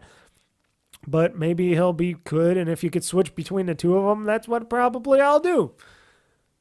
But people got to stop crying and complaining that, it's going to be a female character, lead character. We got to go beyond that, folks. There's a lot of games with female lead characters. There's that, I almost said Twisted Sisters. Thirsty Suitors game. You're playing as the main character as a female. I'm trying to think of all the other games. There are a lot of games. I just can't think of them off the top of my tongue because my brain don't work. But shit, people, I don't care. I think that's going to be a great thing, especially for this series, which it was always male dominant. And I'm not some kind of person that's, female empowerment, this, that, this. No, I'm just the kind of a sleazy kind of guy that just wants to see a beautiful beautiful ass instead of a guy with a hanging set of balls all the time in my games. Sure, I play enough of the games with the guys as the lead main characters, and I was put some women in your, like the Avatar game, the Avatar Frontiers of Pandora, which eventually I'll get because it looks pretty damn good when I'm watching people play it. You know what? I'm going to play as a female Avatar. I'm going to play as the female Na'vi character because I think you can play as a male or female in that. I think. I'm pretty sure. Don't quote me on that. But if I can, I will. Because you know what? I'm sick of just playing as dudes all the time. Sure, there's a lot of games like Kiryu is a dude, blah, blah, blah. If there was a female version of that, sure. Except Haruka, she didn't really do any killing or anything, so that's why I didn't care for her too much. As playing as her. It was only all about a beauty pageant. And I'm like, okay, I don't want to play Beauty Pageant Simulator in this game. I want to play as kick the Yakuza's ass, and she wasn't kicking no Yakuza ass, so that's the only reason I didn't like her. I didn't like her as a character. I just didn't like that they made her not be able to kill some people. Even the beauty pageant princess could kill some people, right? Actually, it was like being a star. It was like, oh, she could be a music on singing pop star or something. It wasn't even a beauty pageant. But yes, female characters in games as lead characters and stuff should be a thing. And people got to stop fucking trying to make it sound like it's a bad thing, because it's not. It's a great thing. It's going to be a fun thing. And damn, if she can dress up in sexy damn clothes or something on top of it and do some naughty, nasty stuff in the game, because who knows, it's Rockstar still. You never know what they could have her doing. I'm all for it. I'm all for it. You know, I'm not shallow like that. I'm all for that stuff. You know, like I said, I'm not an advocate on woman empowerment or anything. I'm just saying, hey, I'm sick of looking at dude butts walking and shooting things all the time. Let's see some girl butts in there, and, you know, why not? I'm a dude. If I was a woman, sure, maybe I'd want to look at the dude butts. Even women might want to look at some female butts once in a while, because, you know, women, they swing both ways. They want to see some of the female, they want to see some of the male, you know. But still, it's just a pettiness. But the social aspect of this game, hopefully it's not too much. I hope it's as crazy and kooky as all the other ones, and I hope it's really good gameplay. Hopefully the driving will be a little bit better. A little bit, just a little bit. And of course, as you know, because this is the GTA first trailer, of course they're not going to show anything about the next maybe GTA Online. They're not going to show anything about DLC. They're not going to show you anything about the gameplay in general, hardcore. That's many trailers after that. Probably if they do talk about something, if they are doing a GTA Online, which I'm pretty sure they probably are. They're not going to just create this whole new super landmass on top of Vice City and have this huge state that you can go and play in and stuff and not turn it into an online thing. But here's the thing. They're going to turn it into an online thing, and a lot of people are saying, well, what is that going to mean for the original GTA Online? Well, here's my thing. My thing on the original GTA Online is it's been played for a long time. People are still playing it a lot. Rockstar could still keep those servers running. But what they should do, what I would do if I was them, I would put the new GTA online for this Vice City and beyond. I would do a special deal for the first, whatever year or so. I would do a year. They would probably do less, but I would do it up to a year where you can transfer your original GTA Online character, and it's only a one-time transfer. You can only transfer your stuff once, but you should be able to transfer, like, I don't know, your face value of your money or whatnot, or at least a percentage of it. Like they'll do like a money exchange thing going on, like a currency exchange.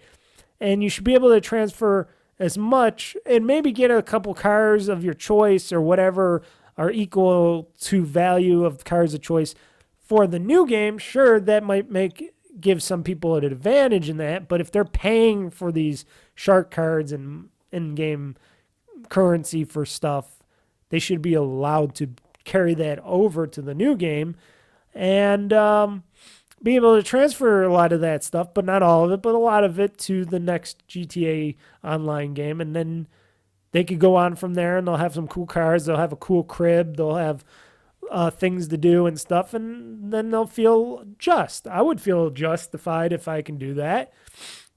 Or what they could do is say, hey, we'll keep GTA online, and then this GTA Online 2 we're going to have online. And if you want to go to GTA Online, you're going to have to pay to play all again. You're going to have to get your shark cards and put them in this, and they're not transferable from the first game to this game because we don't want to what do you call it? We don't want to dilute the in-game currency or the in-game world currency for the game and have some players be super ultra rich in the game and other players just starting off. We want everybody on a level playing field, so maybe they might do something like that. And then when enough people say, you know what, we're going to go to this new GTA Online, and sure, we got to start over and all that, but we're done with it. And then when enough people get off the original GTA Online, and that's not really being, updated anymore, and not many people are playing it, and they're all on the new GTA Online, then they can sunset that old GTA Online eventually and say, hey, it was good. It was a good, fun time as we had it in that one. That's sunsetting. We're going to this one. Or better yet, maybe add that GTA 5 map onto the new GTA Online as like a flying thing where they can do, which they did. I think they do that sort of in GTA 5 where you can fly to GTA Online or something. They did something with the flying thing. I know it was a mission, but you can fly to a certain area. Why don't they do that? Oh, I'm going to fly from Leonida to San Andreas or something like that and fly over there. And then you could go into their world and they can have an updated GTA Online for that. And that'd be pretty cool. But we'll see what they do. That's not going to be shown until the very end. And who knows? They might not have something out till after the game has been launched and people are playing the main story, because maybe they got a lot of main missions and story to do in GTA 6, and then eventually they'll say, hey, we're going to put this new GTA Online later for this. I don't know. Anything could be possible with Rockstar behind the wheel of this game, but very confident this is going to be a decent game. I'm just worried about little aspects of it, like the social media.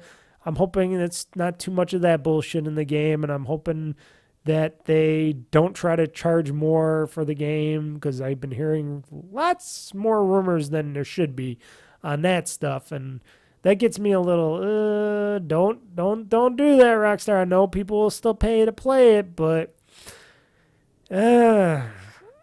it would leave a bad taste in my mouth to do so. Unless if you give me some extra bonus stuff in the game that, or else maybe not try to make these games super big and make the costs go so high, I understand costs are up and things cost a lot of money to make, but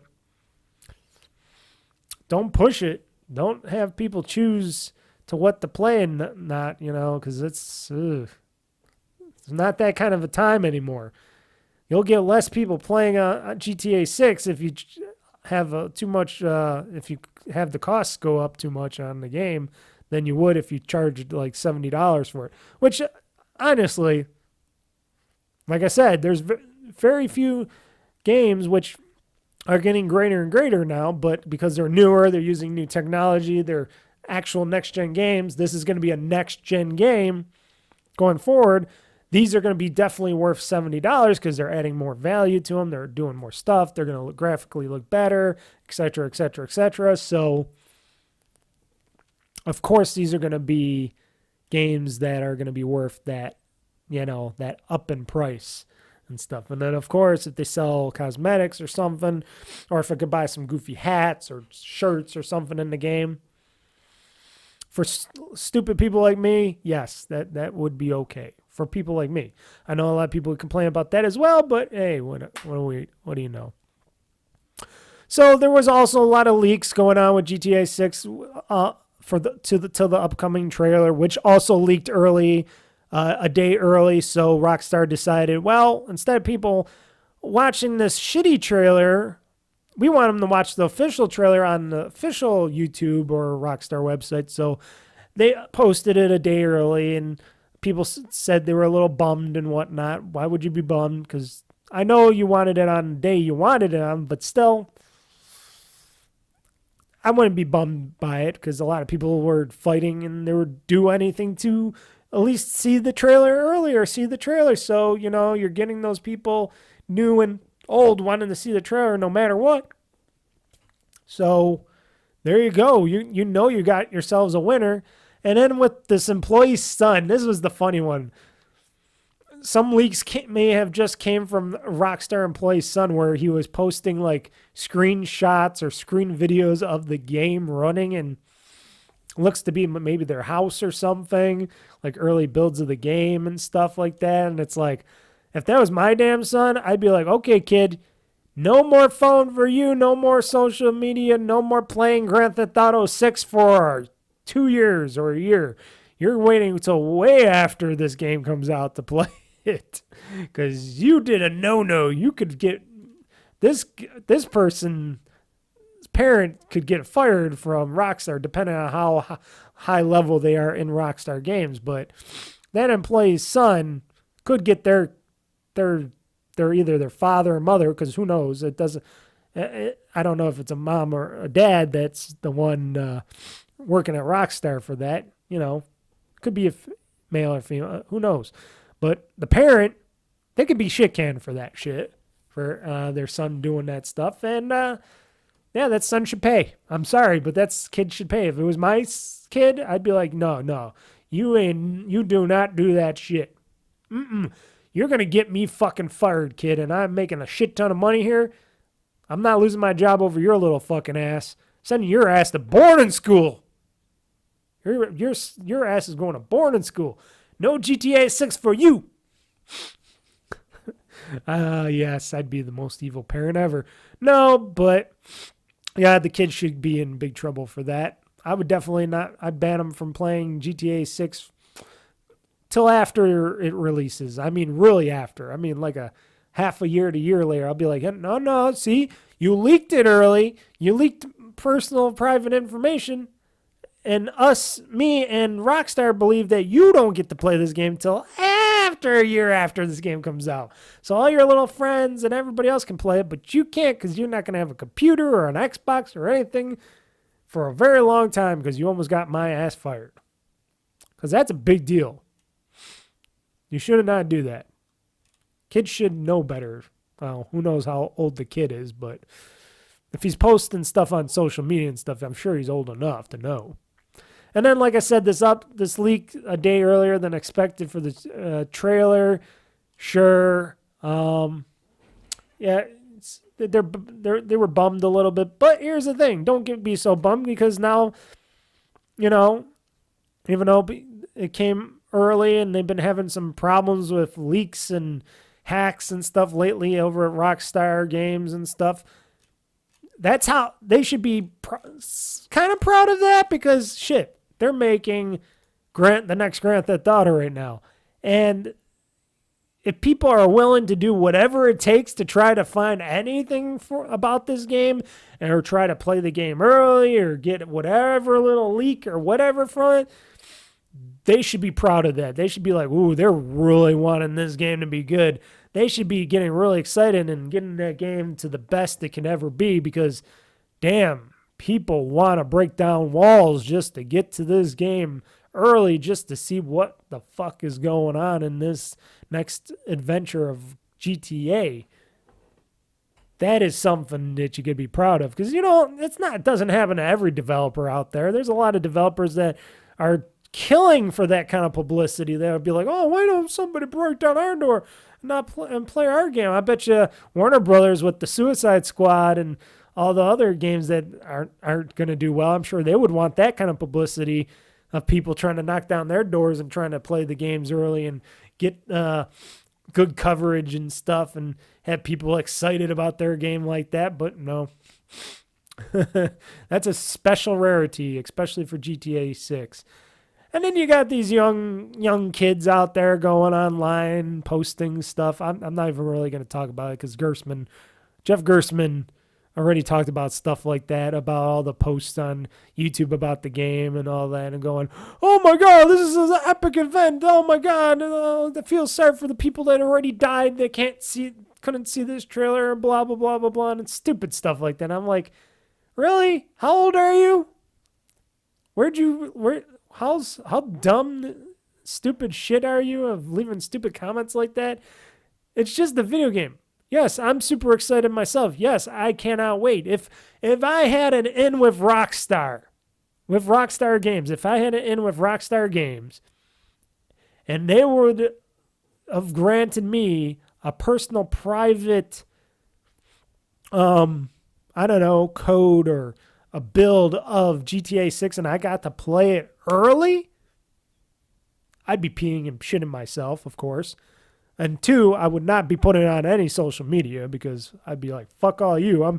This is all just for my eyes only. I know I do podcasts and videos, but shit, this is all for my eyes. I'll post some podcasts and videos on the date of when we're allowed to do that stuff, but I would love to get my hands on this game and just play it. Even at its state now, which, sure, it's 2 years away, but it's got to be really... Because the trailer, like I said, and not like I said, but as this ex-Rockstar developer talks about the GTA 6 trailer, they stated that it's really going to look like this. The trailer is not just a trailer made up for the game. It's the trailer that they make in the game. You remember in GTA 5 where they were showing, they had the whole digital video thing where you can make your own like GTA videos within the GTA 5 game? Remember that? It was the video.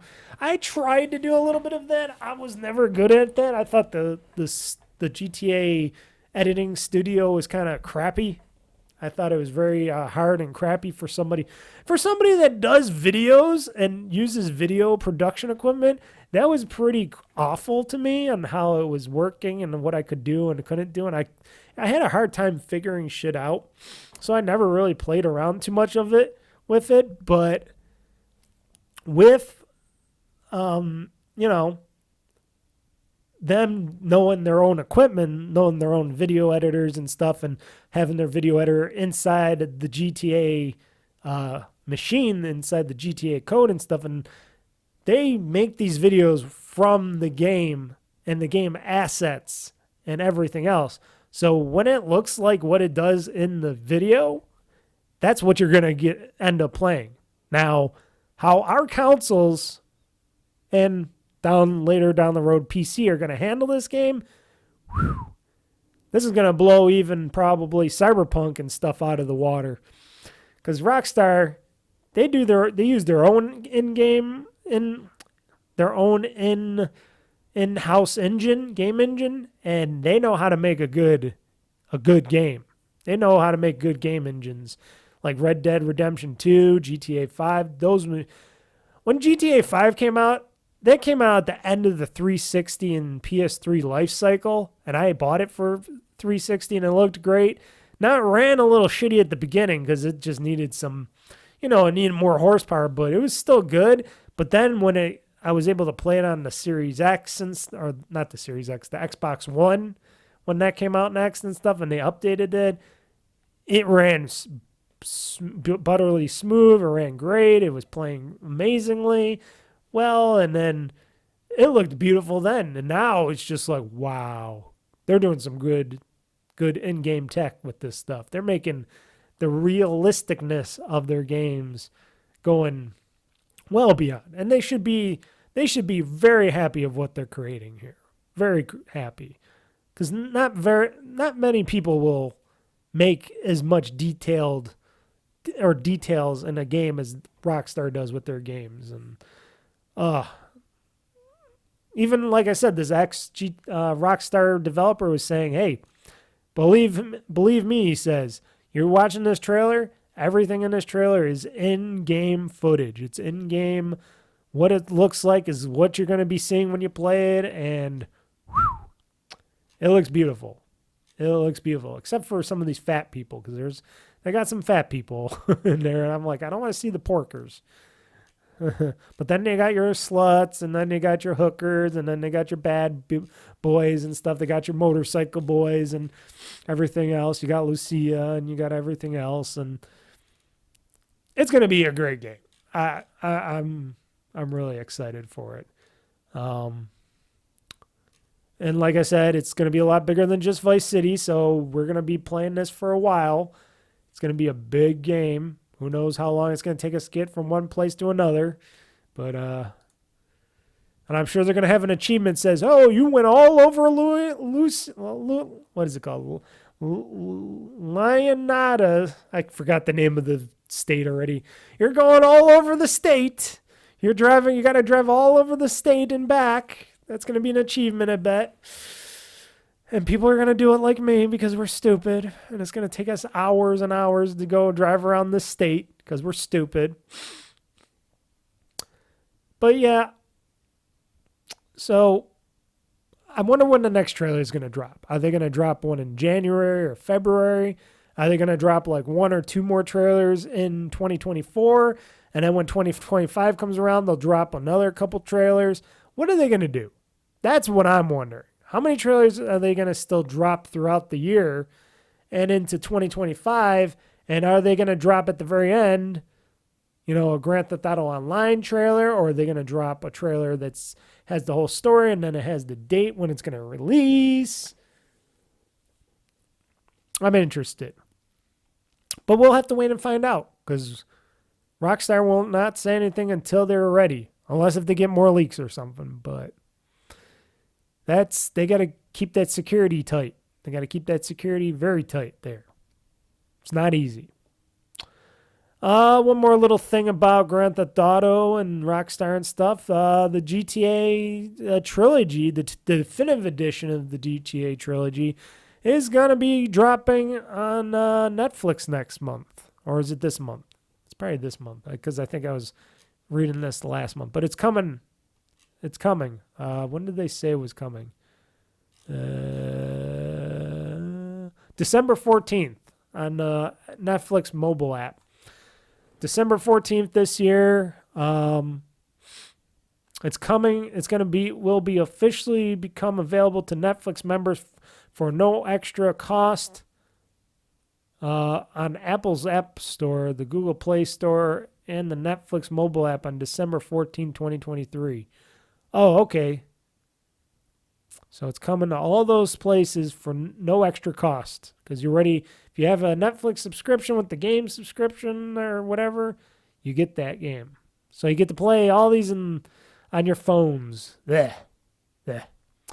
I got it on my Switch. I got it on my Xbox. I don't have it on PC yet, but that's just because I can't buy them on an Xbox for PC or game PC whatever. But if they ever do come to Xbox PC, I would definitely buy the GTA trilogy for the 4th time. But it's coming to Netflix. I guess Netflix dropped a bunch of extra cash to Rockstar and says, here, can we get the GTA Definitive Edition on the Netflix app, even though it's been out, these games have been out forever? It's crazy. Very crazy. Very crazy.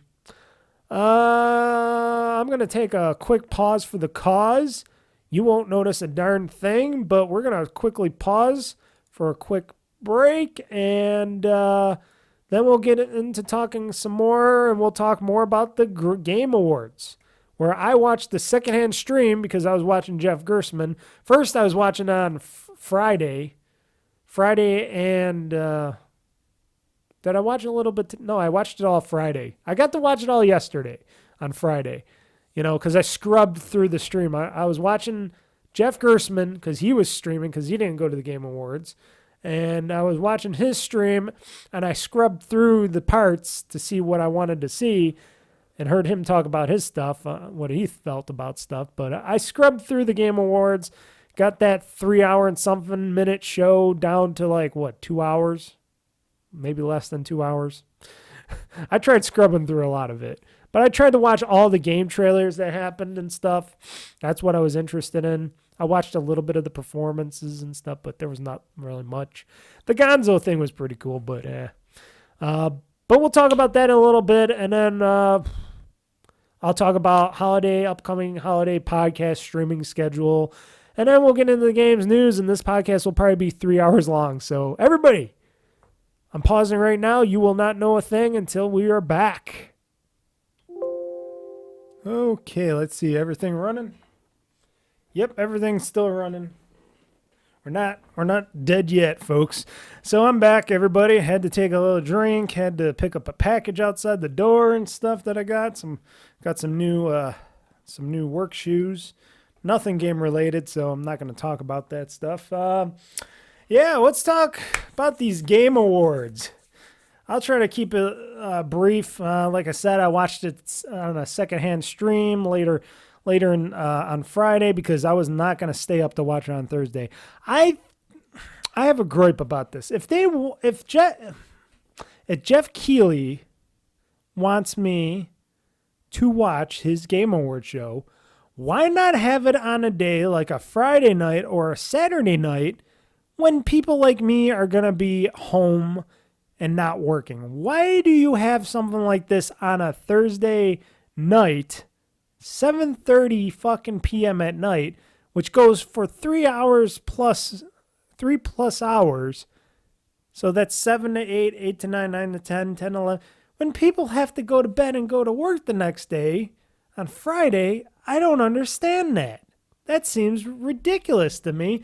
But yet he has it on a Thursday. I think that one time he had it on a Sunday at 8 o'clock or something at night. I'm like, what the hell are you thinking, dude? Does he not live in the same world as us? That's the only problem. That's one of those reasons why I choose not to, unless if I knew, like I originally thought, which thank God I was wrong. I thought the Grand Theft Auto trailer was going to drop at the Game Awards. And I was like, oh, shit, do I have to stay up to watch the Game Awards just to watch this GTA trailer? But thank God Rockstar's like, oh, fuck no. You're going to watch it on Tuesday, which became a Monday because it got leaked out early. But still, I'm like, thank God I didn't have to watch the Game Awards live. Because sure, we got to represent the games industry. Sure, these developers and indie devs and people that work very hard on these video games deserve the respect that they earn and the awards that they earn, and it helps them get some extra publicity and extra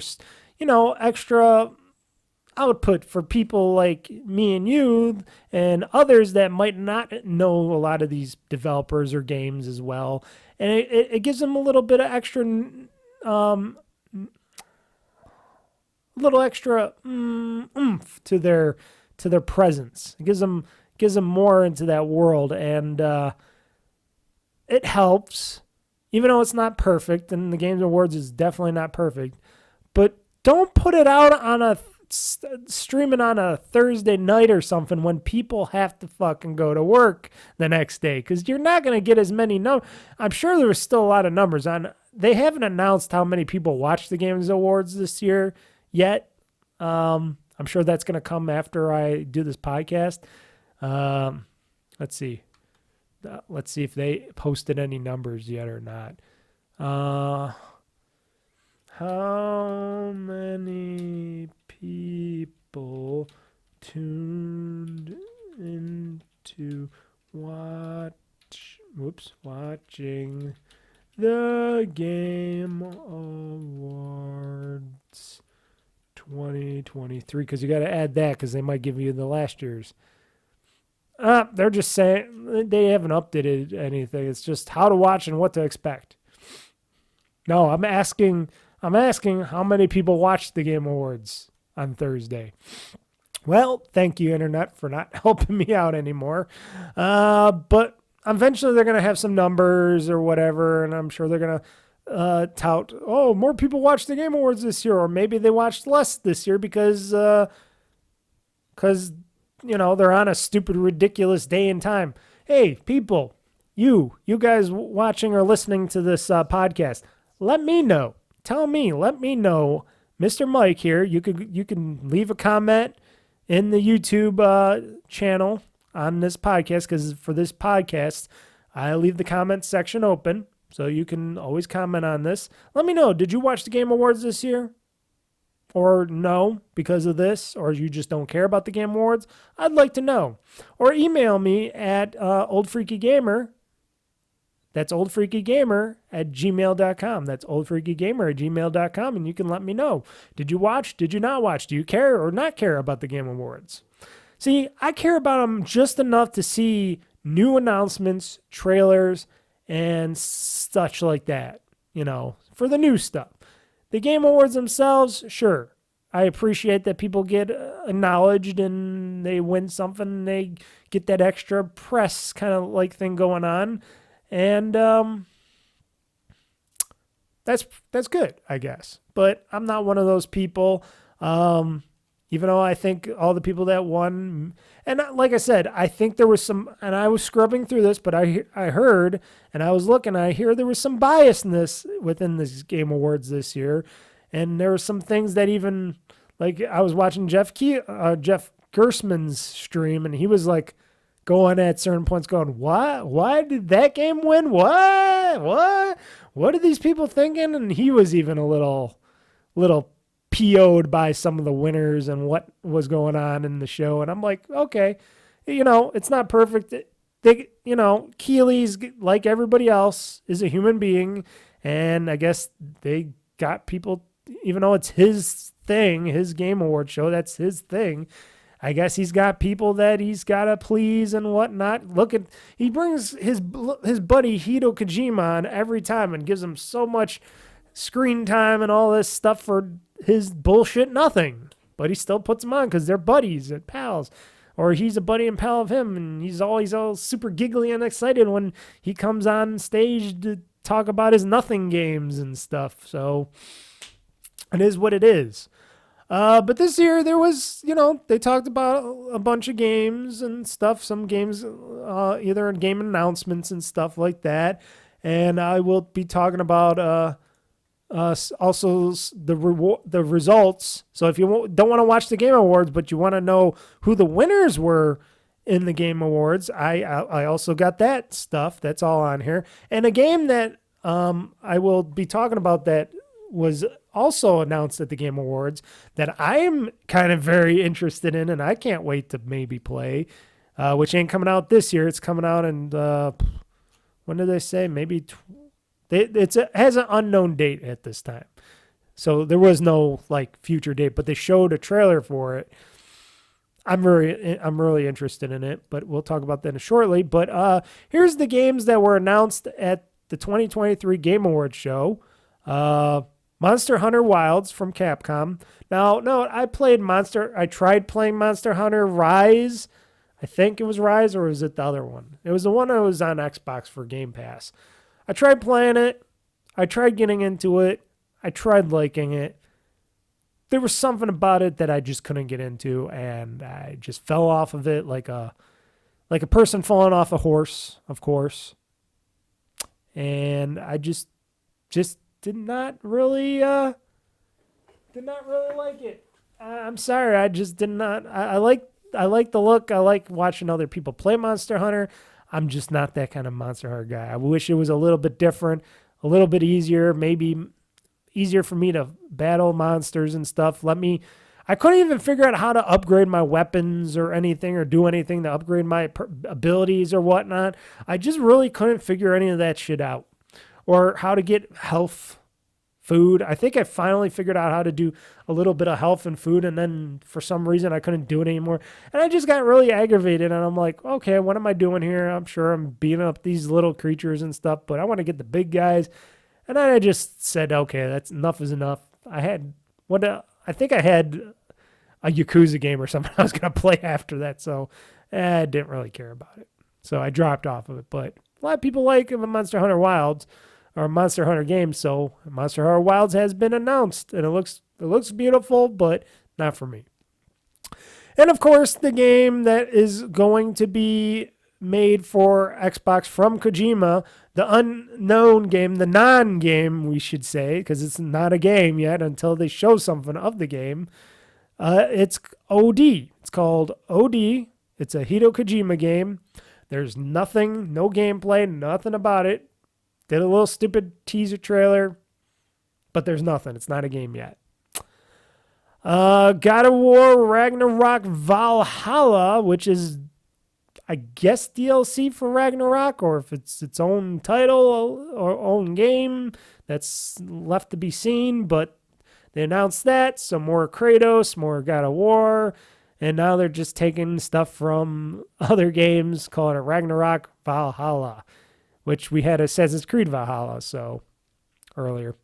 Now this I'm interested in. We'll see how this plays out. Hopefully it just doesn't turn into another what's it called? I forgot the name of it because it's so bad. Oh shit. Not Dead Space, not Red Dead. Oh, hold on. Do I have my list up? Redfall. There. I don't even have to go to my list. Whenever I touch a device or something, or I try to look something up, my brain just sometimes reboots itself and I figure it out. So Redfall, yes. Hopefully this doesn't turn out to be like another Redfall game, but it's being made by Arcane, and it's an official Blade game. Marvel's Blade. And Arcane is making it. It's going to be the guy, a French guy nonetheless. He's like, oh, I'm French. I'm glad this is going to be a great game that we're making. And it's going to be in France. So this Blade game is going to be in France. He's going to be in France. It's not going to be in America or anywhere else. It's going to be in France. That's where the setting is, I guess. I think he was truthful on that. Okay. Blade can go around the world. I understand that, but France, really? What's in France? I could see Transylvania or something, or Russia, or places like that. But France? Okay, whatever. But you better have the Eiffel Tower in that game. But yes, there is going to be a Blade game being made. We'll see what happens. It's a long ways off yet, so we might not get in until the next console. A lot of people say maybe there'll be another console cycle by then, and I'm like, oh boy. Because you would think another 3 or 4 years, because they had a year only to start making it, and they haven't shown really anything about it. And that would mean they got 3 or 4 years of development left on it, and it's like, I hope it's not on. I hope it's for this gen of consoles. Maybe the end of this generation of consoles, and then they can put it on this gen and next gen. Please not. Hopefully it's not on another generation of consoles. But most likely I'd probably play the game on my PC, but I still would like to play it maybe on my Series X as well. Even though I've been slowly like playing less on my Series X and more on my PC because I'm stupid like that. I don't know. But I'm interested in the Blade game. We'll see how it goes when it eventually comes out, or when they actually show some gameplay. There's a new Jet Set Radio game from Sega. I know a lot of people like Jet Set Radio. I played a bit of it. It's okay, but okay. Well, new Jet Set Radio. Embark Studios, a game called The Finals. Don't know nothing about that. There's a new Crazy Taxi coming. I played a little bit of Crazy Taxi. I know a lot of people love Crazy Taxi, so there you go. I do like this one. Another game from Sega. Another new Streets of Rage. I did like Streets of Rage. I played that Streets of Rage. I beat Streets of Rage with the one character. I had fun with that. I will definitely like to play a new Streets of Rage game. And another Sega game. Golden Axe. A new Golden Axe game. There you go. And also, from Sega, a new Shinobi game. Oh, look at that. So Sega has 1, 2, 3, 4 older games that are going to be newer games because they're making new games of them, of these older franchises coming out. Sega, does that mean we can eventually get another Dead Rising game down the road? Huh? Dead Rising was a great series. Let's oh wait, that's Capcom, isn't it? Never mind. Sorry, Sega. I forgot Dead Rising is a Capcom game, not a Sega game. Oh boy. That's where my brain is, everybody. So the people from No Man's Sky at Hello Games that created No Man's Sky are creating a new game called Light No Fire. It's got the same cover look that No Man's Sky has, sort of, in its own way. It looks uniquely like a No Man's Sky cover, but that should be interesting.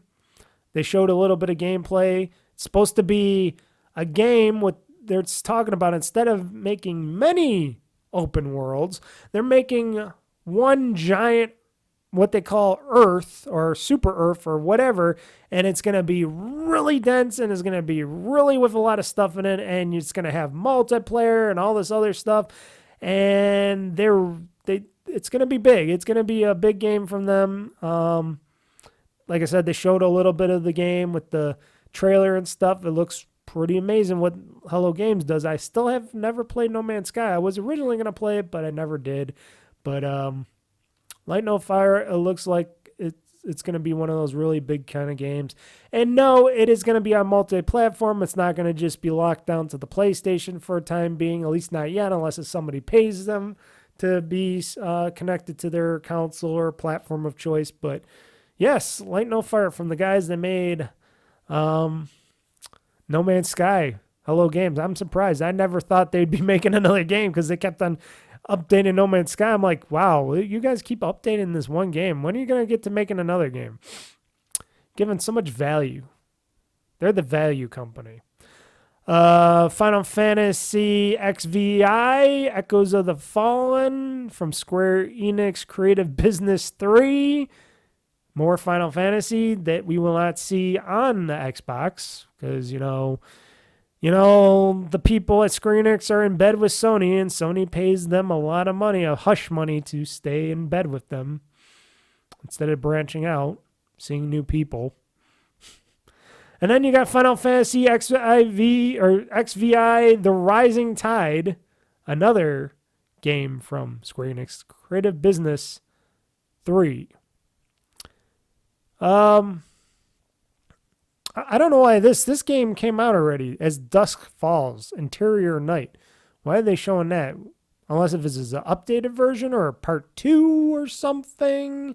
I don't know. I must have passed through that when I was scrubbing through the Game Awards. The Last Sentinel by Lightspeed LA. That looks pretty cool. It looks Bioshock-ish in what it was showing. Exoborn from Shark Mob. It looks like a big open world multiplayer shooter or something. It looks like something that looks good, but nobody's going to play because that's what happens with some of these games. The First Descent from Nexon Games. Another shooter. Mecha Break. It's a mech game. It looks pretty badass. I would definitely play it. We'll see how that comes. That's from Season Games. Another Warhammer game, Warhammer 40,000 Space Marine 2 from Saber Interactive. You know how those Warhammer games are like.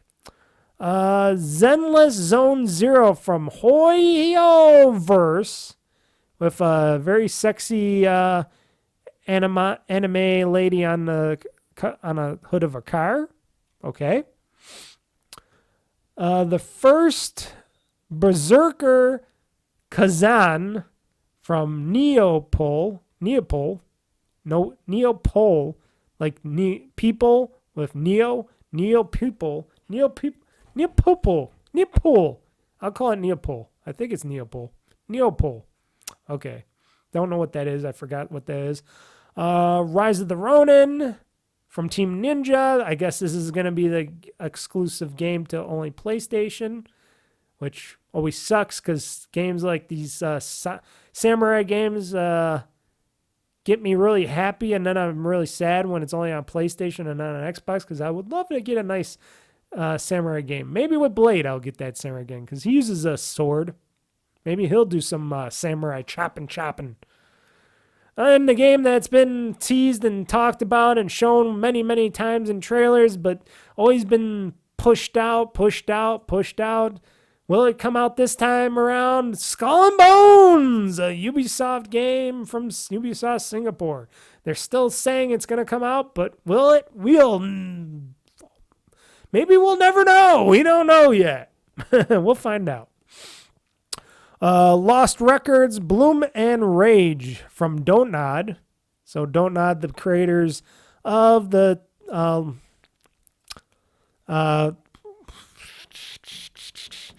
We Say No. What? They're from the Life is Strange people. Okay, they're Life is Strange people. Dragon Ball Sparking Zero from Bandai Namco. Everybody loves their Dragon Ball games. I tried playing some. They're okay. Visions of Mana from Square Enix, another open world RPG probably thing. This one that's very interesting to me from Saber Interactive, Jurassic Park Survival. And we're going to talk more about that game because that's the game I'm talking about that I want to really get into a little bit. And I'm really interested in what they showed in that trailer. That trailer was looking really good. That gameplay trailer is really looking good. The casting of Frank Stone, whatever that is, Behavior Interactive. No Rest for the Wicked, which sounds like a song, like everybody was talking about. It sounds like a song. That's from Moon Studios. It looks very, very good.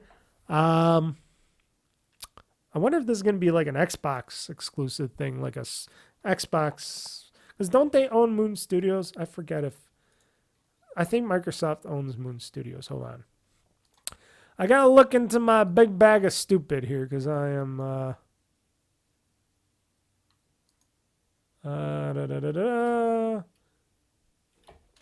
Owned. Whoops. Owned by. I think they are Microsoft.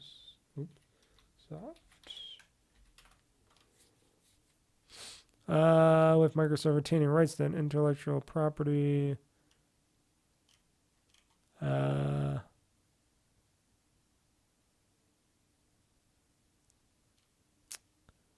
Did they pass on this game? Well, let's see.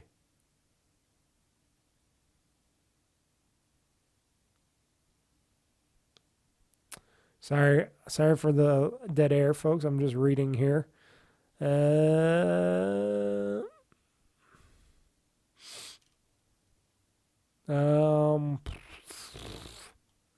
Oh, Moon Studios and private division, a label under Take-Two Interactive. Okay. I guess not owned by Microsoft. I thought they were owned by Microsoft. I could have sworn they were. Maybe not. Let's see. Studios owned by Microsoft. Let's see here. I could have sworn they were owned by Microsoft.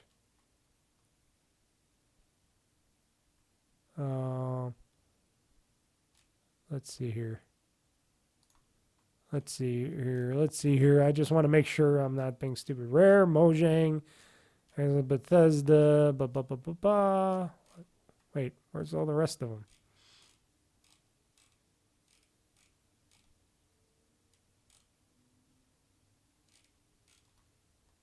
That doesn't show me everything.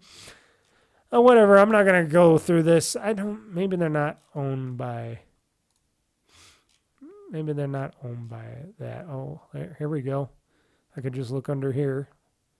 Mojang Studios, World, Initiative, Playground, Alpha Id, Arcane, Roadhouse, blah, blah, blah, blah, blah, Bethesda, ZeniMax, 343, Ninja Theory. I like that. Eventually, Activision Blizzard will be under this. No, they don't own... I thought they did, maybe not. I don't know why I thought they owned them. Because the Ori games were on there a lot. But, yeah, they don't own that. But that looks really good. The No Rest for the Wicked by Moon Studios.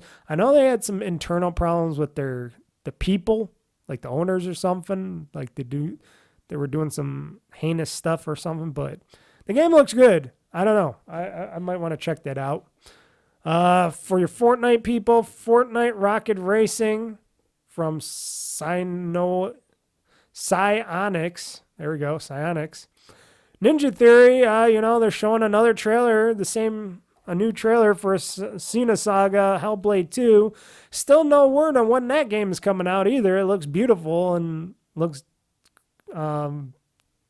badass, and I want to maybe play that. I should try to play the first one, but I heard the first one's hard to play back, to go back to or something. I don't know. But don't know when that game's coming out. But I would like to try it out and play it. I don't know. Give it a thing. But we'll have to wait and see whenever that game comes out. Brothers: A Tale of Two Sons remake. That's not a new game. It's just a remake. So that's from Avant Garden Games. Because instead of just making a new game, we're just going to remake this game and probably make it look better or something. I don't know. What more can you do with it? Den of Wolves, 10 Chambers Collective, Black Myth Wukong from Game Science. Okay. Tales of Kenzera Zayo from Surgent Studios. These are those games that we'll never hear or see or play ever. Again, these are probably games that people play in other countries. Windblown from Motion Twin. Harmonium the Musical from The Odd Gentleman. Pony Island 2 from Pony Island 2 Panda Circus from Danielle Mullins Games. Never heard of them. Usual June from Finji Games. And people say there's not a lot of game studios out there. There's a lot of game studios out there. The Rise of the Golden Idol from PlayStack.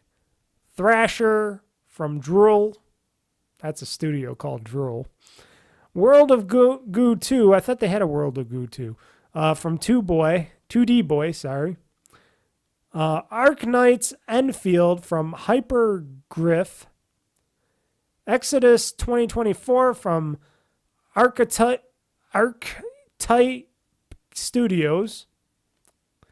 Big Walk from House. Honky Star Rail with a lot of anime ladies on the cover. Hell, fuck yeah. Big boobs and all, and sexy short skirts and stuff with laser swords and shit. Why not? And a Japanese dude that looks like a girl, but he's a dude. So Honky Star Rail from Hoi Uverse. Chinese company, I bet. Ready or Not from Void Interactive. Suicide Squad Kill the Justice League from Rocksteady, which they've been pushing back a lot, which I hear probably won't do well at all, and which is going to be sad for Rocksteady if they're going to lose a big one on this one, because Rocksteady is known for some great Batman games, and they know how to make some great games, and it's going to suck when this game comes out, and it just does poor shits because the fucking corporate overlords wanted them to put in all the bad game bullshit that they don't probably want to put in there. So I feel sorry for them, but we'll see what happens. The Matchless Kung Fu from Heian Moss. Kamuri from Unseen. GTFO from 10 Chambers Collective. I heard about GTFO a long time ago, but I guess that's the game they announced on there. Asgard's Wrath 2 from Zenzer Games. Stormgate from Frost Giant Studios. Why did they got Baldur's Gate 3 on here? What? Oh, is this just because this is all the games that they showed? Wait, Game Awards 2023 announcements. I don't know why they have that on there, but okay. Actually, you know what? That was a thing. And I even forgot. Baldur's Gate 3 from Larian Studios was going to be a big thing at the Game Awards. They were going to announce it to be available right now on Xbox. But apparently, as I heard, off kilter, I heard that the CEO that went up there to talk about Baldur's Gate 3 and get awards and whatnot, he forgot to mention that it was available now on Xbox. How do you forget to announce that your game is now available on another platform where you can make money off of? Oh, I forgot. How do you forget that your game is ready out now on a new platform? Oh my God.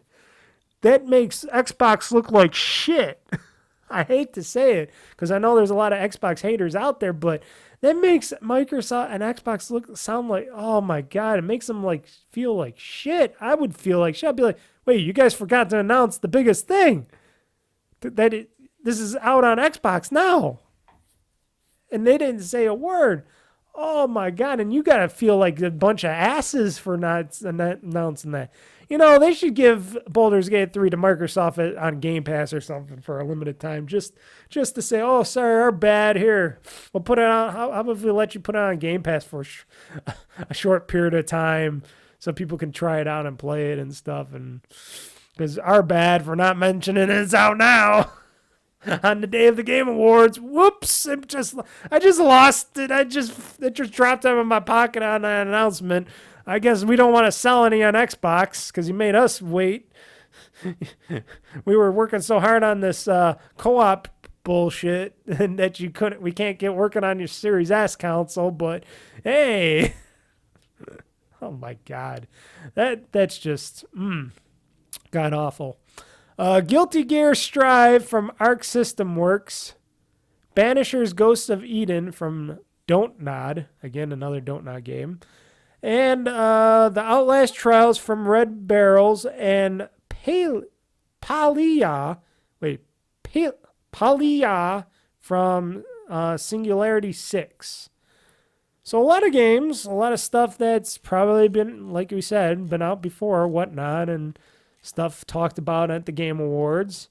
And one game that I'm, like I said, very, very, very, very interested in, which I'll talk about now before we announce what the Game Awards have been handed out. Jurassic Park Survival. Apparently, and I didn't know this at all. Actually, I must have forgotten about it too because it was never. So apparently, Jurassic Park Survival is back from the dead because I guess it was a game from a long time ago that was going to be created, but it was dead. But it's back as an action game. So it was a canceled action-adventure game from the early 2000s that nobody ever got to play because of struggles at a development studio. Well, apparently the name is back now. It's got a totally new developer, and it's going to be an action-adventure game that once now defunct from Savage Entertainment from back in the day. With Konami as a publisher at the time. It's a lot of interesting story behind the thing, but I guess it's going to be... But the new Jurassic Park Survival is a similarly an action-adventure story with both stealth and action gameplay. It takes place on Isla Nublar, which is the original Jurassic Park is at. One day after the events of the original Jurassic Park, with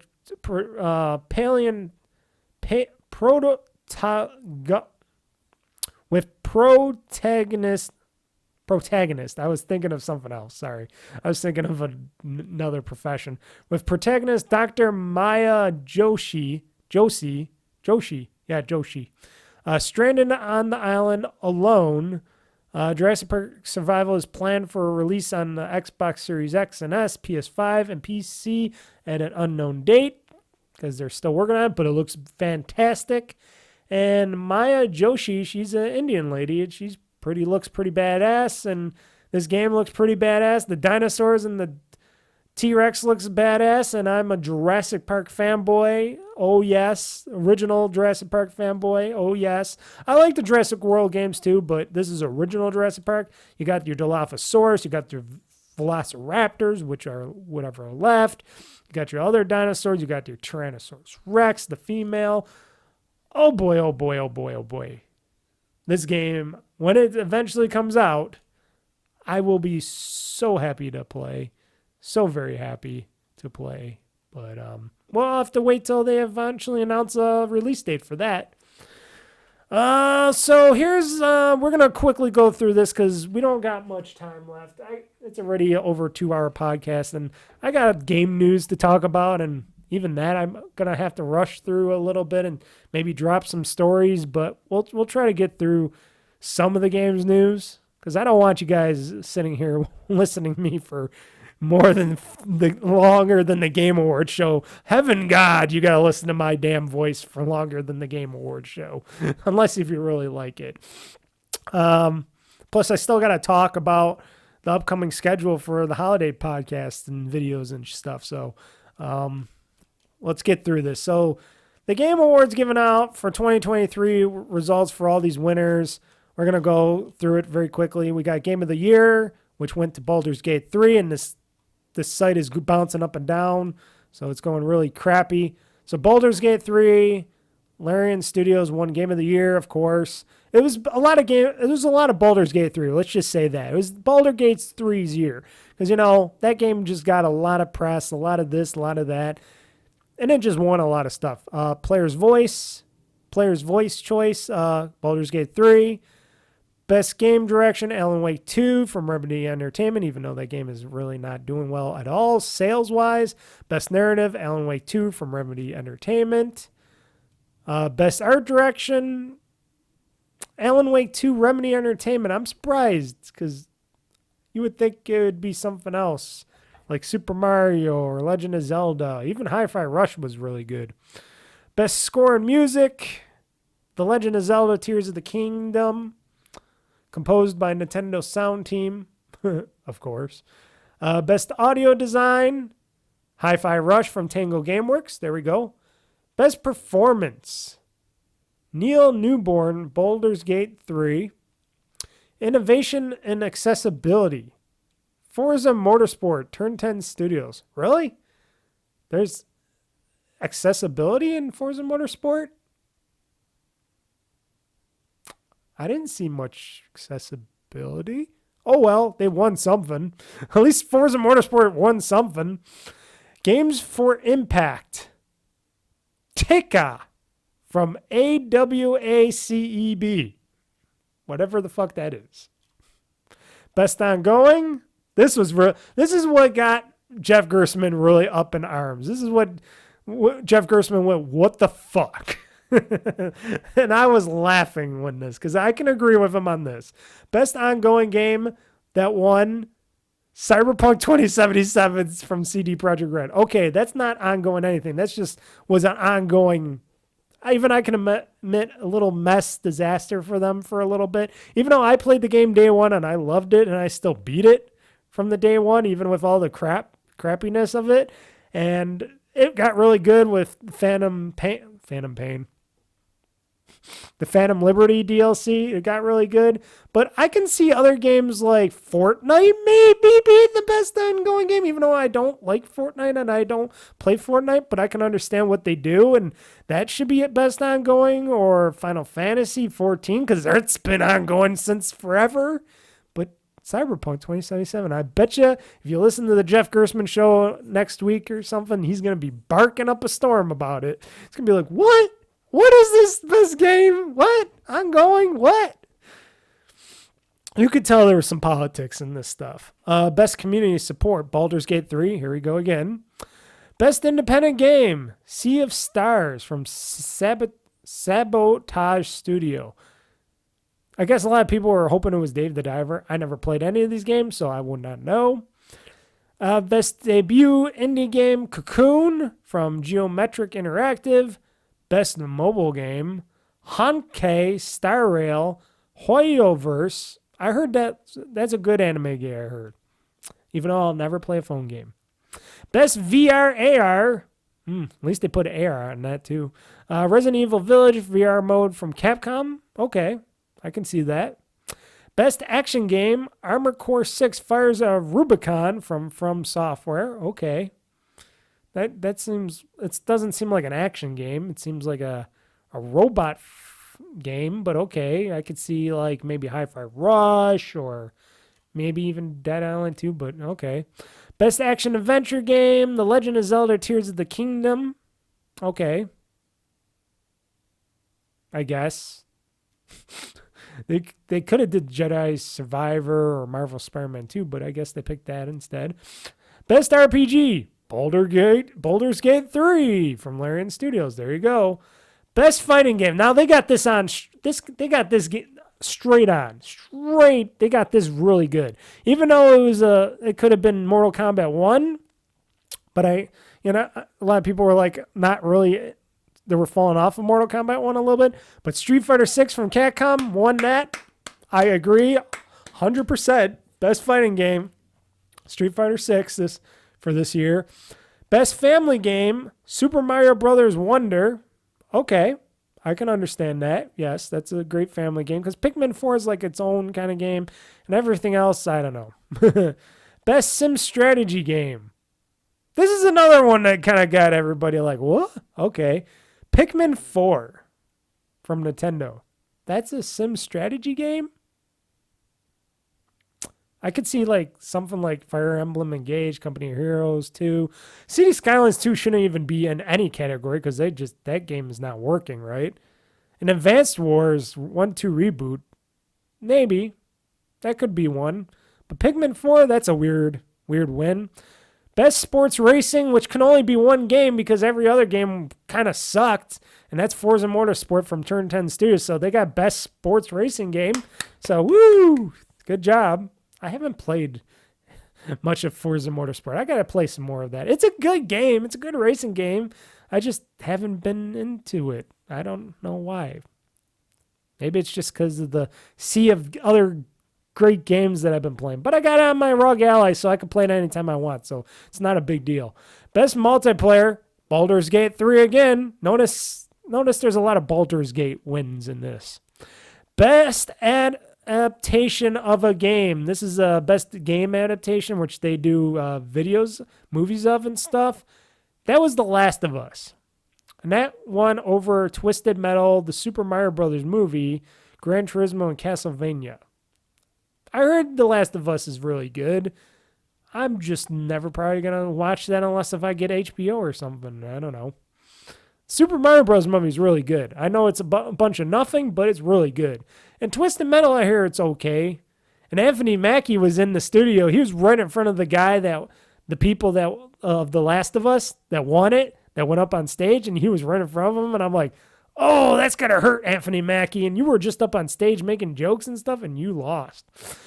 Most anticipated game, Final Fantasy VII Rebirth from Square Enix. Okay, I would have said maybe Star Wars Outlaws. I know a lot of people were probably anticipating that, but people, I guess, said it's Final Fantasy VII Rebirth. Okay, not for me. And Like a Dragon Infinite Wealth, I could see that too, but why Final Fantasy VII Rebirth? I know Final Fantasy fans are really big out there, but come on. Star Wars Outlaws looks really good. Like a Dragon Infinite Wealth is going to be really good when I play that. And Tekken 8 seems interesting. It's more Tekken. Content Creator of the Year, Iron Mouse. Okay, don't know who that is. Best Esports Game, who gives a shit? But it was Valorant from Riot Games, but who gives a shit? Best Esports Athlete, definitely who gives a shit? Lee Faker Sang Hyok, I don't give a shit, who cares? Best Esports Team, I don't care. Best Esports Coach, I don't care. Best Esports Event, I don't really care. And that was it for those awards. Okay, we're good. Because who gives a shit about the esports shit? I'm telling you. Who gives a shit about esports? I don't. They don't make esports good. They make them bad. I don't care. You shouldn't care. Nobody should care. You know what we should care about? We should be caring about the games news because that's coming up next. Because, damn, I'm looking at the time and everything. I got some working out to do. I want to make some dinner. I want to play some games. And, boy, oh, boy, I got other podcasts. But before we do the games news, I got my other news, and that is the scheduling. So for the holidays coming up, folks, because we got that Christmas and New Year's coming up and stuff. I know people just say the holidays, so I'll just say the holidays. But we got some stuff coming up, and I'm still working on it. I don't know if I'm going to add more to it or not to the list, but I'm still going to have my normal streams on Fridays. Because game streams for Fridays is fun, and I don't give a care. So we're still going to do those. And the podcasts are still going to go up on the 24th. On the 25th. Sorry. Hold on, I'm trying to look here.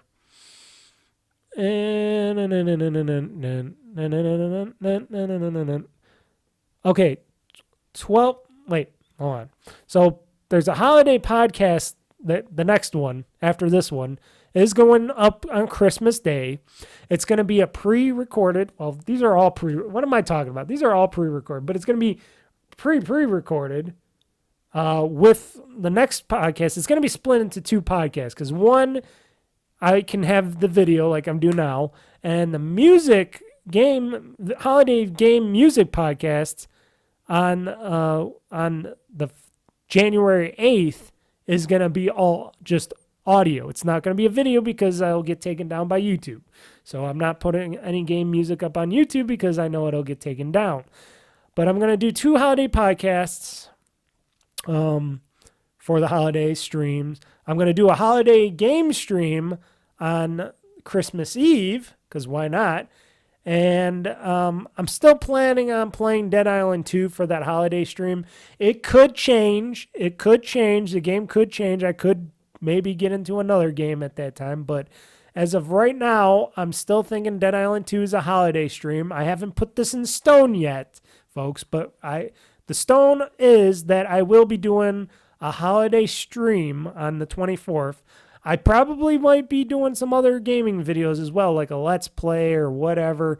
Those are going to be off the schedule, but I just want to let you guys know that I do have some holiday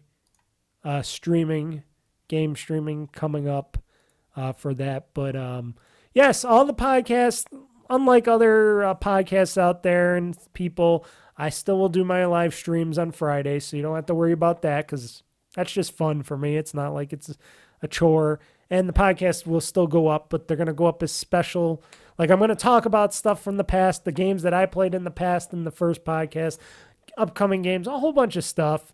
And then like I said, I got to come up with doing all the music podcasts. That's actually the hardest thing to make is the holiday music podcast because I got to put in all the music, splice in all my own audio. That's the harder one of the two. And hopefully I'll be doing that tomorrow because I got to do it tomorrow and this week to get that stuff done because coming up, I got other holiday fun stuff, food-wise and stuff that I got to make for the holidays and stuff because I will be off on my 3-day and a half day little mini vacation for Christmas because I'm off on Christmas Day, which most of us should be off on Christmas Day. So New Year's Day I work, but I don't give a shit about New Year's. It's overblown. It's just another year and another day, another year. But I'm off Christmas Day, so that's why I'm doing on the 24th, which is Sunday, a nice holiday stream because why not? But I'll still do it on that Friday. I might, who knows, maybe I'll do something on Saturday. Who knows? It's going to be my Christmas gaming play. It's going to be a lot of game playing during the Christmas time. Maybe I won't try to work out that Christmas week because I'll be eating a lot of good hams and meats, sausage, macaroni and cheese, macaroni salad, stuff like that. Good, yummy foods. Mm-hmm. Maybe I'll talk about that stuff on the holiday podcast, but yeah. So that's what is the brief scheduling plan, folks, because you know what? I do all this for fun anyways. It's not like this is a thing that I make money off of, like I keep saying, unless if I sell merchandise someday down the road, gaming merch. I do this for fun. I do this for you and me, mostly for me, because I like to talk and play games. I just do this for fun. So why don't we get into the games news that is the games news of the show. And I'm going to break this up because there's a lot of stuff in the games news here, but I'm going to hurry up some games news stuff. I am going to not talk about other stuff, but we'll do a little bit of games news. I have so much here. It's just too much, and I don't want to keep going another hour on games news because there's just so much stuff. And I'm still talking more about games and games news than any other podcast has done in the last couple weeks. So here we go with the games news, folks. The games news from from the past week. As I quickly take a drink of water and not try to choke on it, here's the game's news for the past couple weeks. Big things, mostly for people like you and me that love the Yakuza games. Like a Dragon Gaiden's English dub will be arriving this month, people. So December of this month. When did it say exactly it's going to come out? It's going to come out on all the platforms that it's out. It's going to be coming out. What? Did it say a date? I'm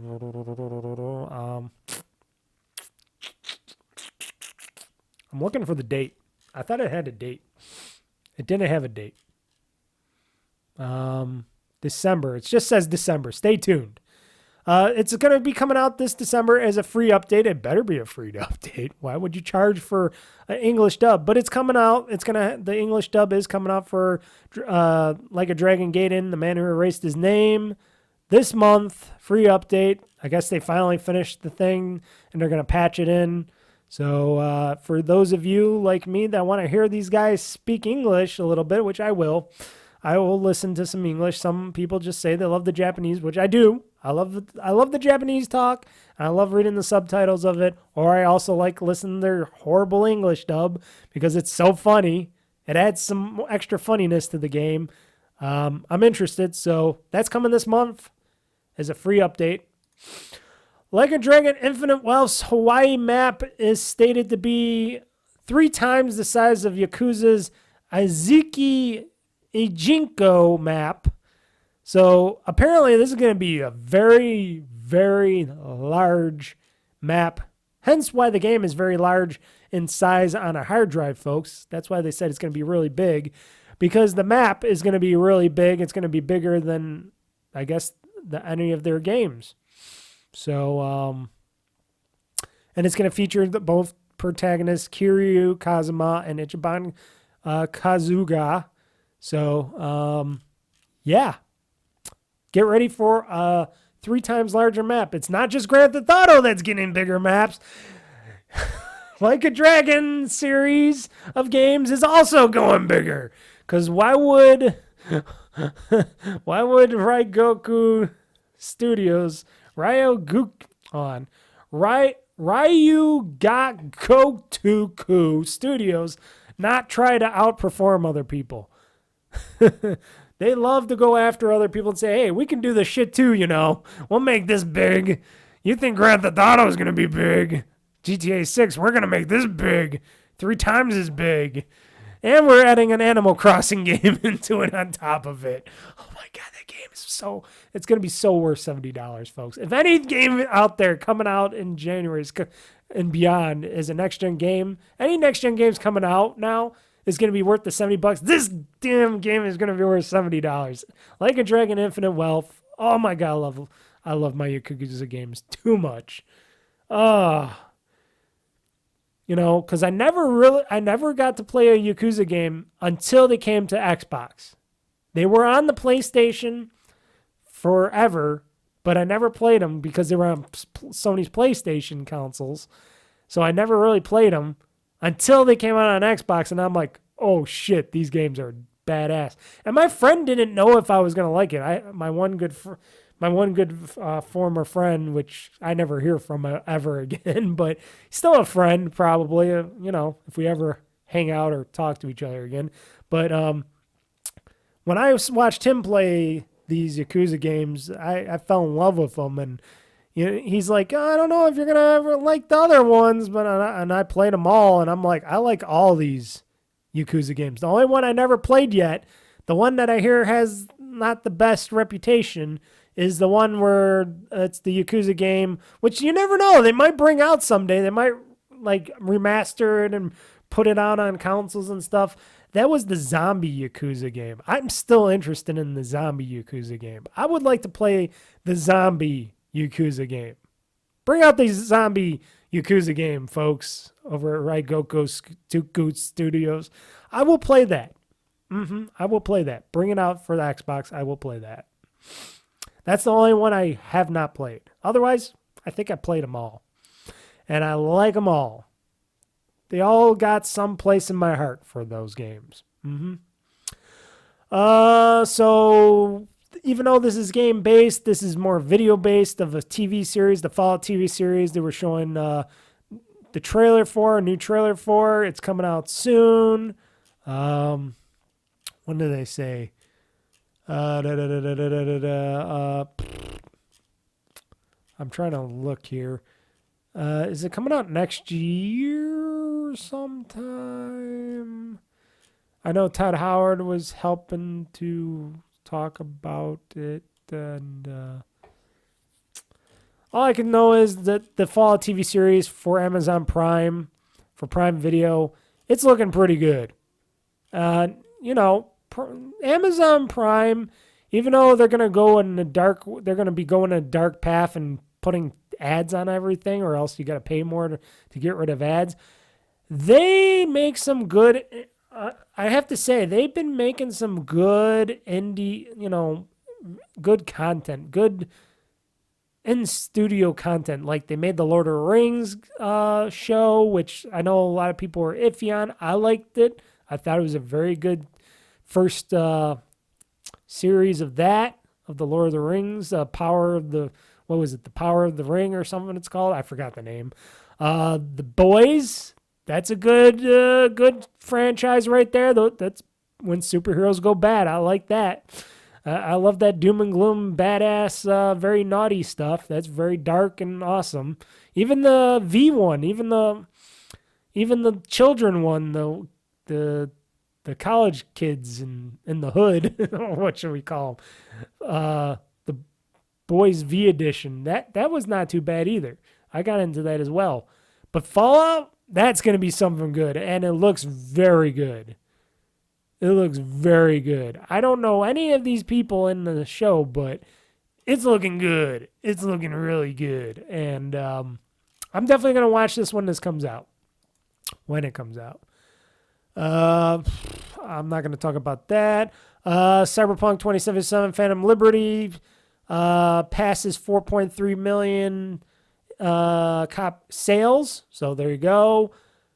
Beyond Good and Evil 20th Anniversary Edition pops up on the Xbox store, but then's taken down super fast. Ubisoft, I guess, had a technical error on that, but I guess Ubisoft also has confirmed that it has an early 2024 release window, and they're going to bring this out as an updated version of Beyond Good and Evil. Okay. So that happened. Xbox still hopes to get Game Pass on first party and to get Game Pass and first party titles on PlayStation and Nintendo hardware in the future. Maybe Nintendo might play ball with them with Game Pass, but I doubt they're going to ever see anything on PlayStation unless if they get rid of their hardware aspect of their thing and they just go like, we're just studios, we're just making games. But then they would have to get rid of their PC side of that, and I would hate that. I would hate all that. But yeah, they're still trying to get the Game Pass and stuff on PlayStation, Nintendo and stuff. Yeah, we heard about that before, and that's still something today. How about this? Turtle Beach is launching a wireless controller for the Xbox that has Hall effect sticks, rear buttons, and a little display on the top where you can put your like social media, whatever stuff, third-party apps and stuff for, and it looks pretty interesting. It's the first licensed Turtle. This is the first Xbox licensed controller, wireless controller, I should say. First license given to an Xbox wireless controller for a third party, and Turtle Beach has got it. And this controller looks really good. It's coming out pretty soon, December 15th this year. It's going to be expensive at $200, but it looks really good. And it comes with a dock and everything. And I think a carrying case as well. Did they say a carrying case as well? Where you can dock it and charge it and all that in the case. Turtle Beach Stealth Wireless Controller is now... what else? Let's see. Like I said, it has a charging dock Yeah, a charging dock is built-in RGB lighting, because, you know, all these people like to do that. Not 2 but 4 mappable buttons, pro-aim focus mode, companion app, intelligent RGB lighting, carrying case with charge-through capability, and magnetic charging dock. Okay, so you get the carrying case and the charging dock. So no replaceable batteries. I wonder how long that internal battery lasts in this $200 controller. And I wonder how long you get to play games with if you got this little LCD screen on the top here. But it looks cool. It looks like it'd be something nice to play with. I'll wait till I see people playing it and trying it out, see how well it works and feels before I get my hands on one of these. But I don't know. Maybe I might want to get something like this, because it's if it's going to have this kind of stuff. And it doesn't show, or does it? Is there like a USB-C cable? It says you can play with PC, but I'm hoping it's not just with just for wireless, because I'll just plug it in the PC. But it'd be a good PC gamepad controller or an Xbox controller. I don't know. $200, the new Turtle Beach fully licensed Xbox third-party wireless controller. $200. You got your Xbox Pro controllers. You know, you got those. How are those doing? I had one, and the Elite controller, and didn't feel as elite as I thought it would. Maybe this might be more elite, and that was like $200-something too. This one has a little screen on the top, so get to say. Starfield hits 12 million players as Phil Spencer eyes another Skyrim-sized hit. So through sales and Game Pass installs, 12 million players. Okay, I know I played it. I guess people on the internet are really pissed off and jealous that soon-to-be retiring CEO of Sony Interactive Entertainment, retiring PlayStation boss Jim Ryan, is being gifted a PS1 style PlayStation 5, and apparently it looks pretty cool, and everybody's hating him for it, and I would too, because he's not really the best kind of guy. As a CEO of a game company, he never had the best messaging, and they gifted him that, and a lot of players and people are really jealous and pissed off that he's getting this really cool PlayStation 1 style PS5, and people are pissed. Okay, that's what the internet's going to be, and I bet he's not going to play it at all. He might just store it in a loft somewhere. Maybe he'll give it to his kid, and maybe he'll just sell it on eBay. I don't know. I don't think he cares a shit about that. He doesn't give a shit about PS1 games, because those are old titles. He only gives a shit about new titles. Actually, I'm going through the games news quite quickly.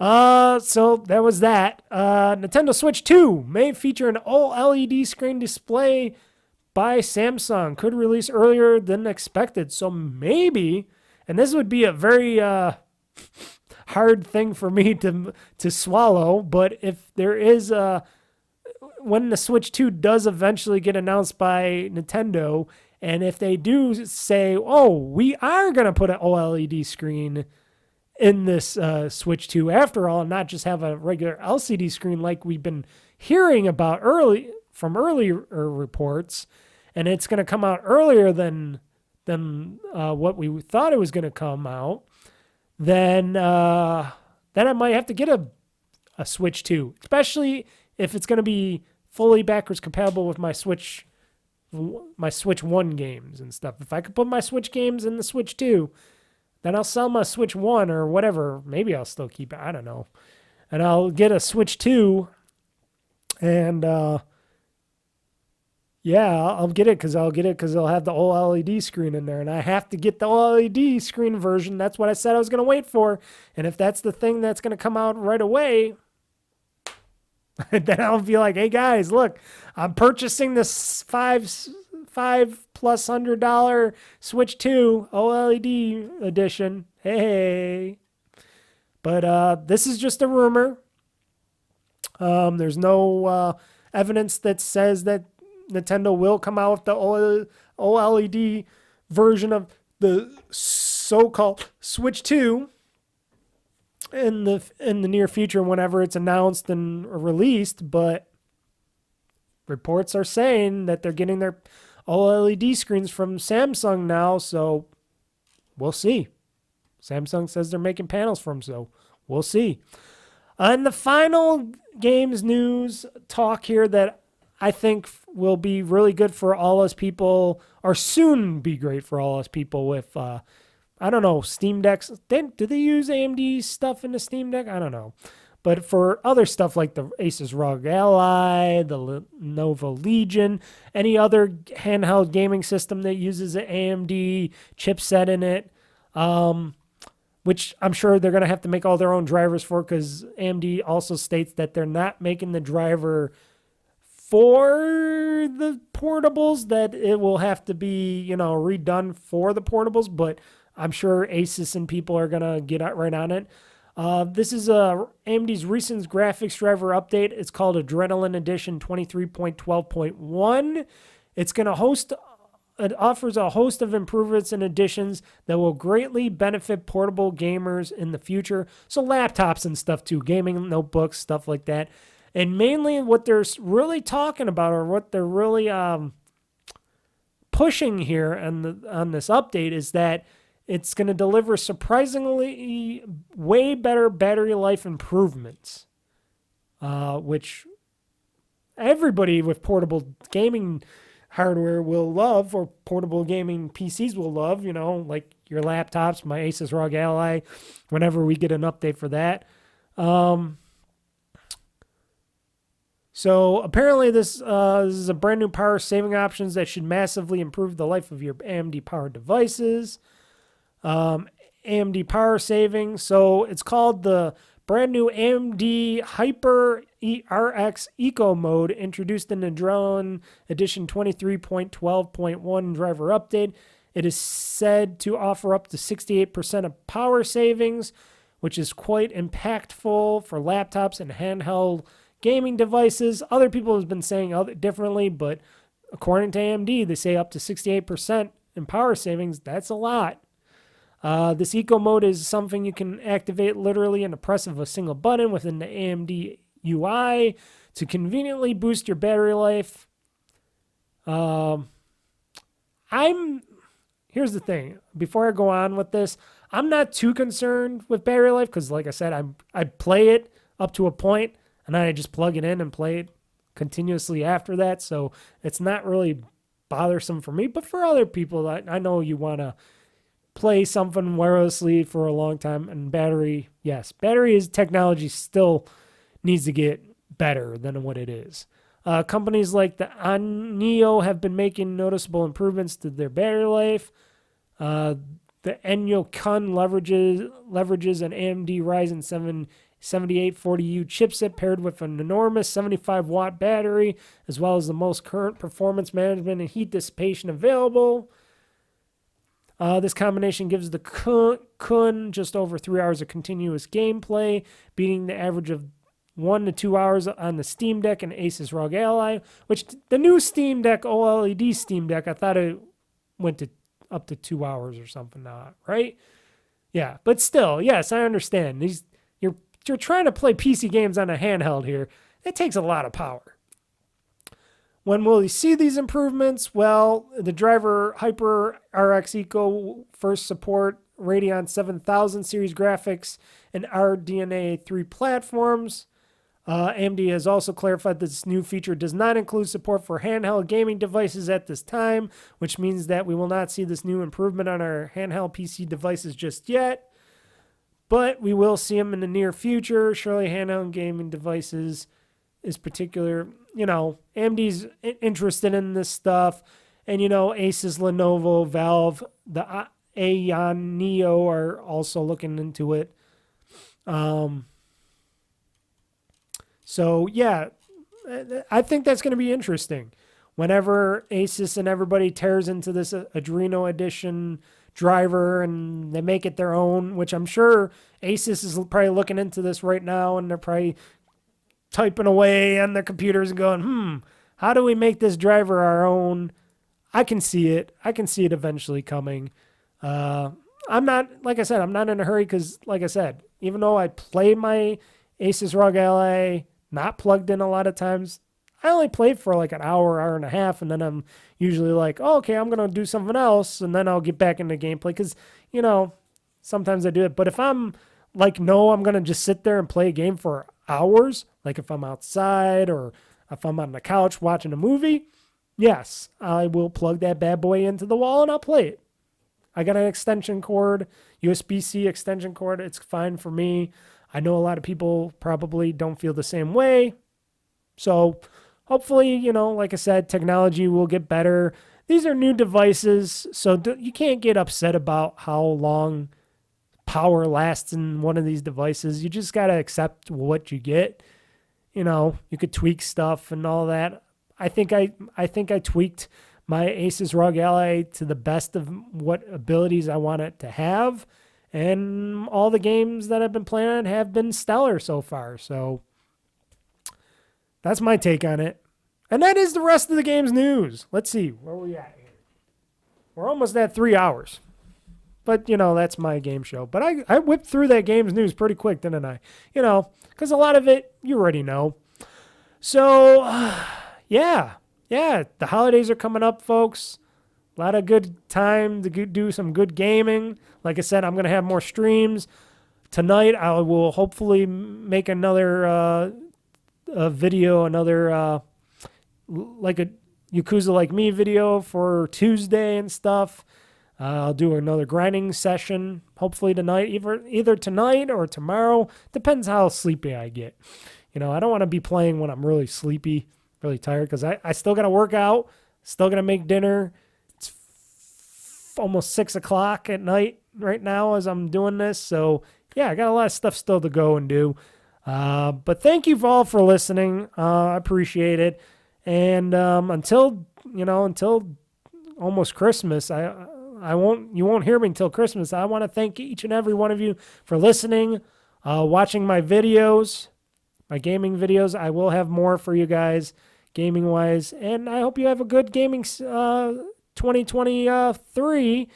And then we'll catch each other in 2024 with new, still new podcasts, but you know, updated podcasts. So I'll be talking about news and stuff. But you'll still see me on streams. I don't even know why I'm saying that, but hey. But thank you one and all. I love this. I love doing this stuff, even though I don't get paid for any of this. I just do this all for a hobby. I love podcasting. I love making videos.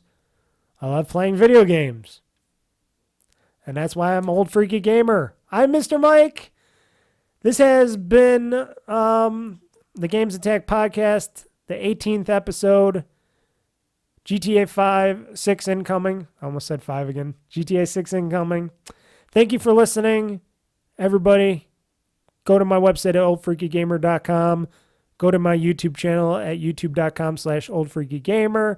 Like I said, when I do my game streams on Friday nights at 8 p.m. Eastern time, or anytime I do a game stream, you can watch it now on YouTube Live or Twitch.tv, whatever service you choose. So you can watch it on both. I've been doing it streaming on both, so both platforms now. And thank you. So everybody, this is Mr. Mike signing out, saying game on, game hard, world conquest. I'm pushing this gaming button, and this show is now game over, folks.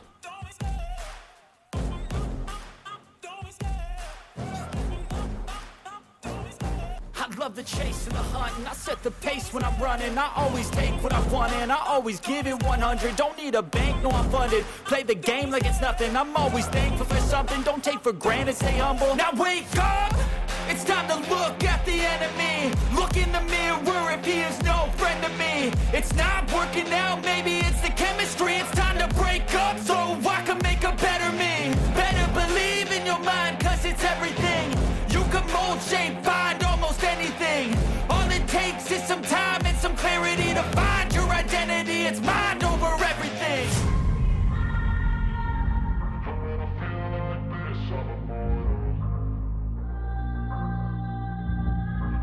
feel like this, I'm immortal. I'm immortal. When I feel like this, I'm immortal. When I feel like this, I'm immortal. When I feel like this, I'm immortal. Don't stop. Don't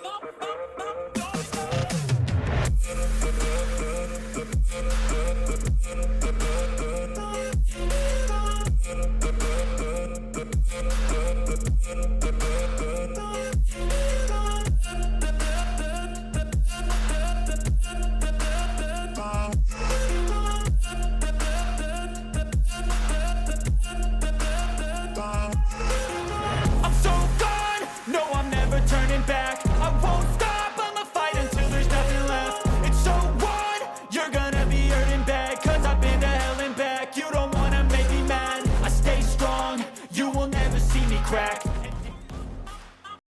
That's a good game. Enjoy your gaming.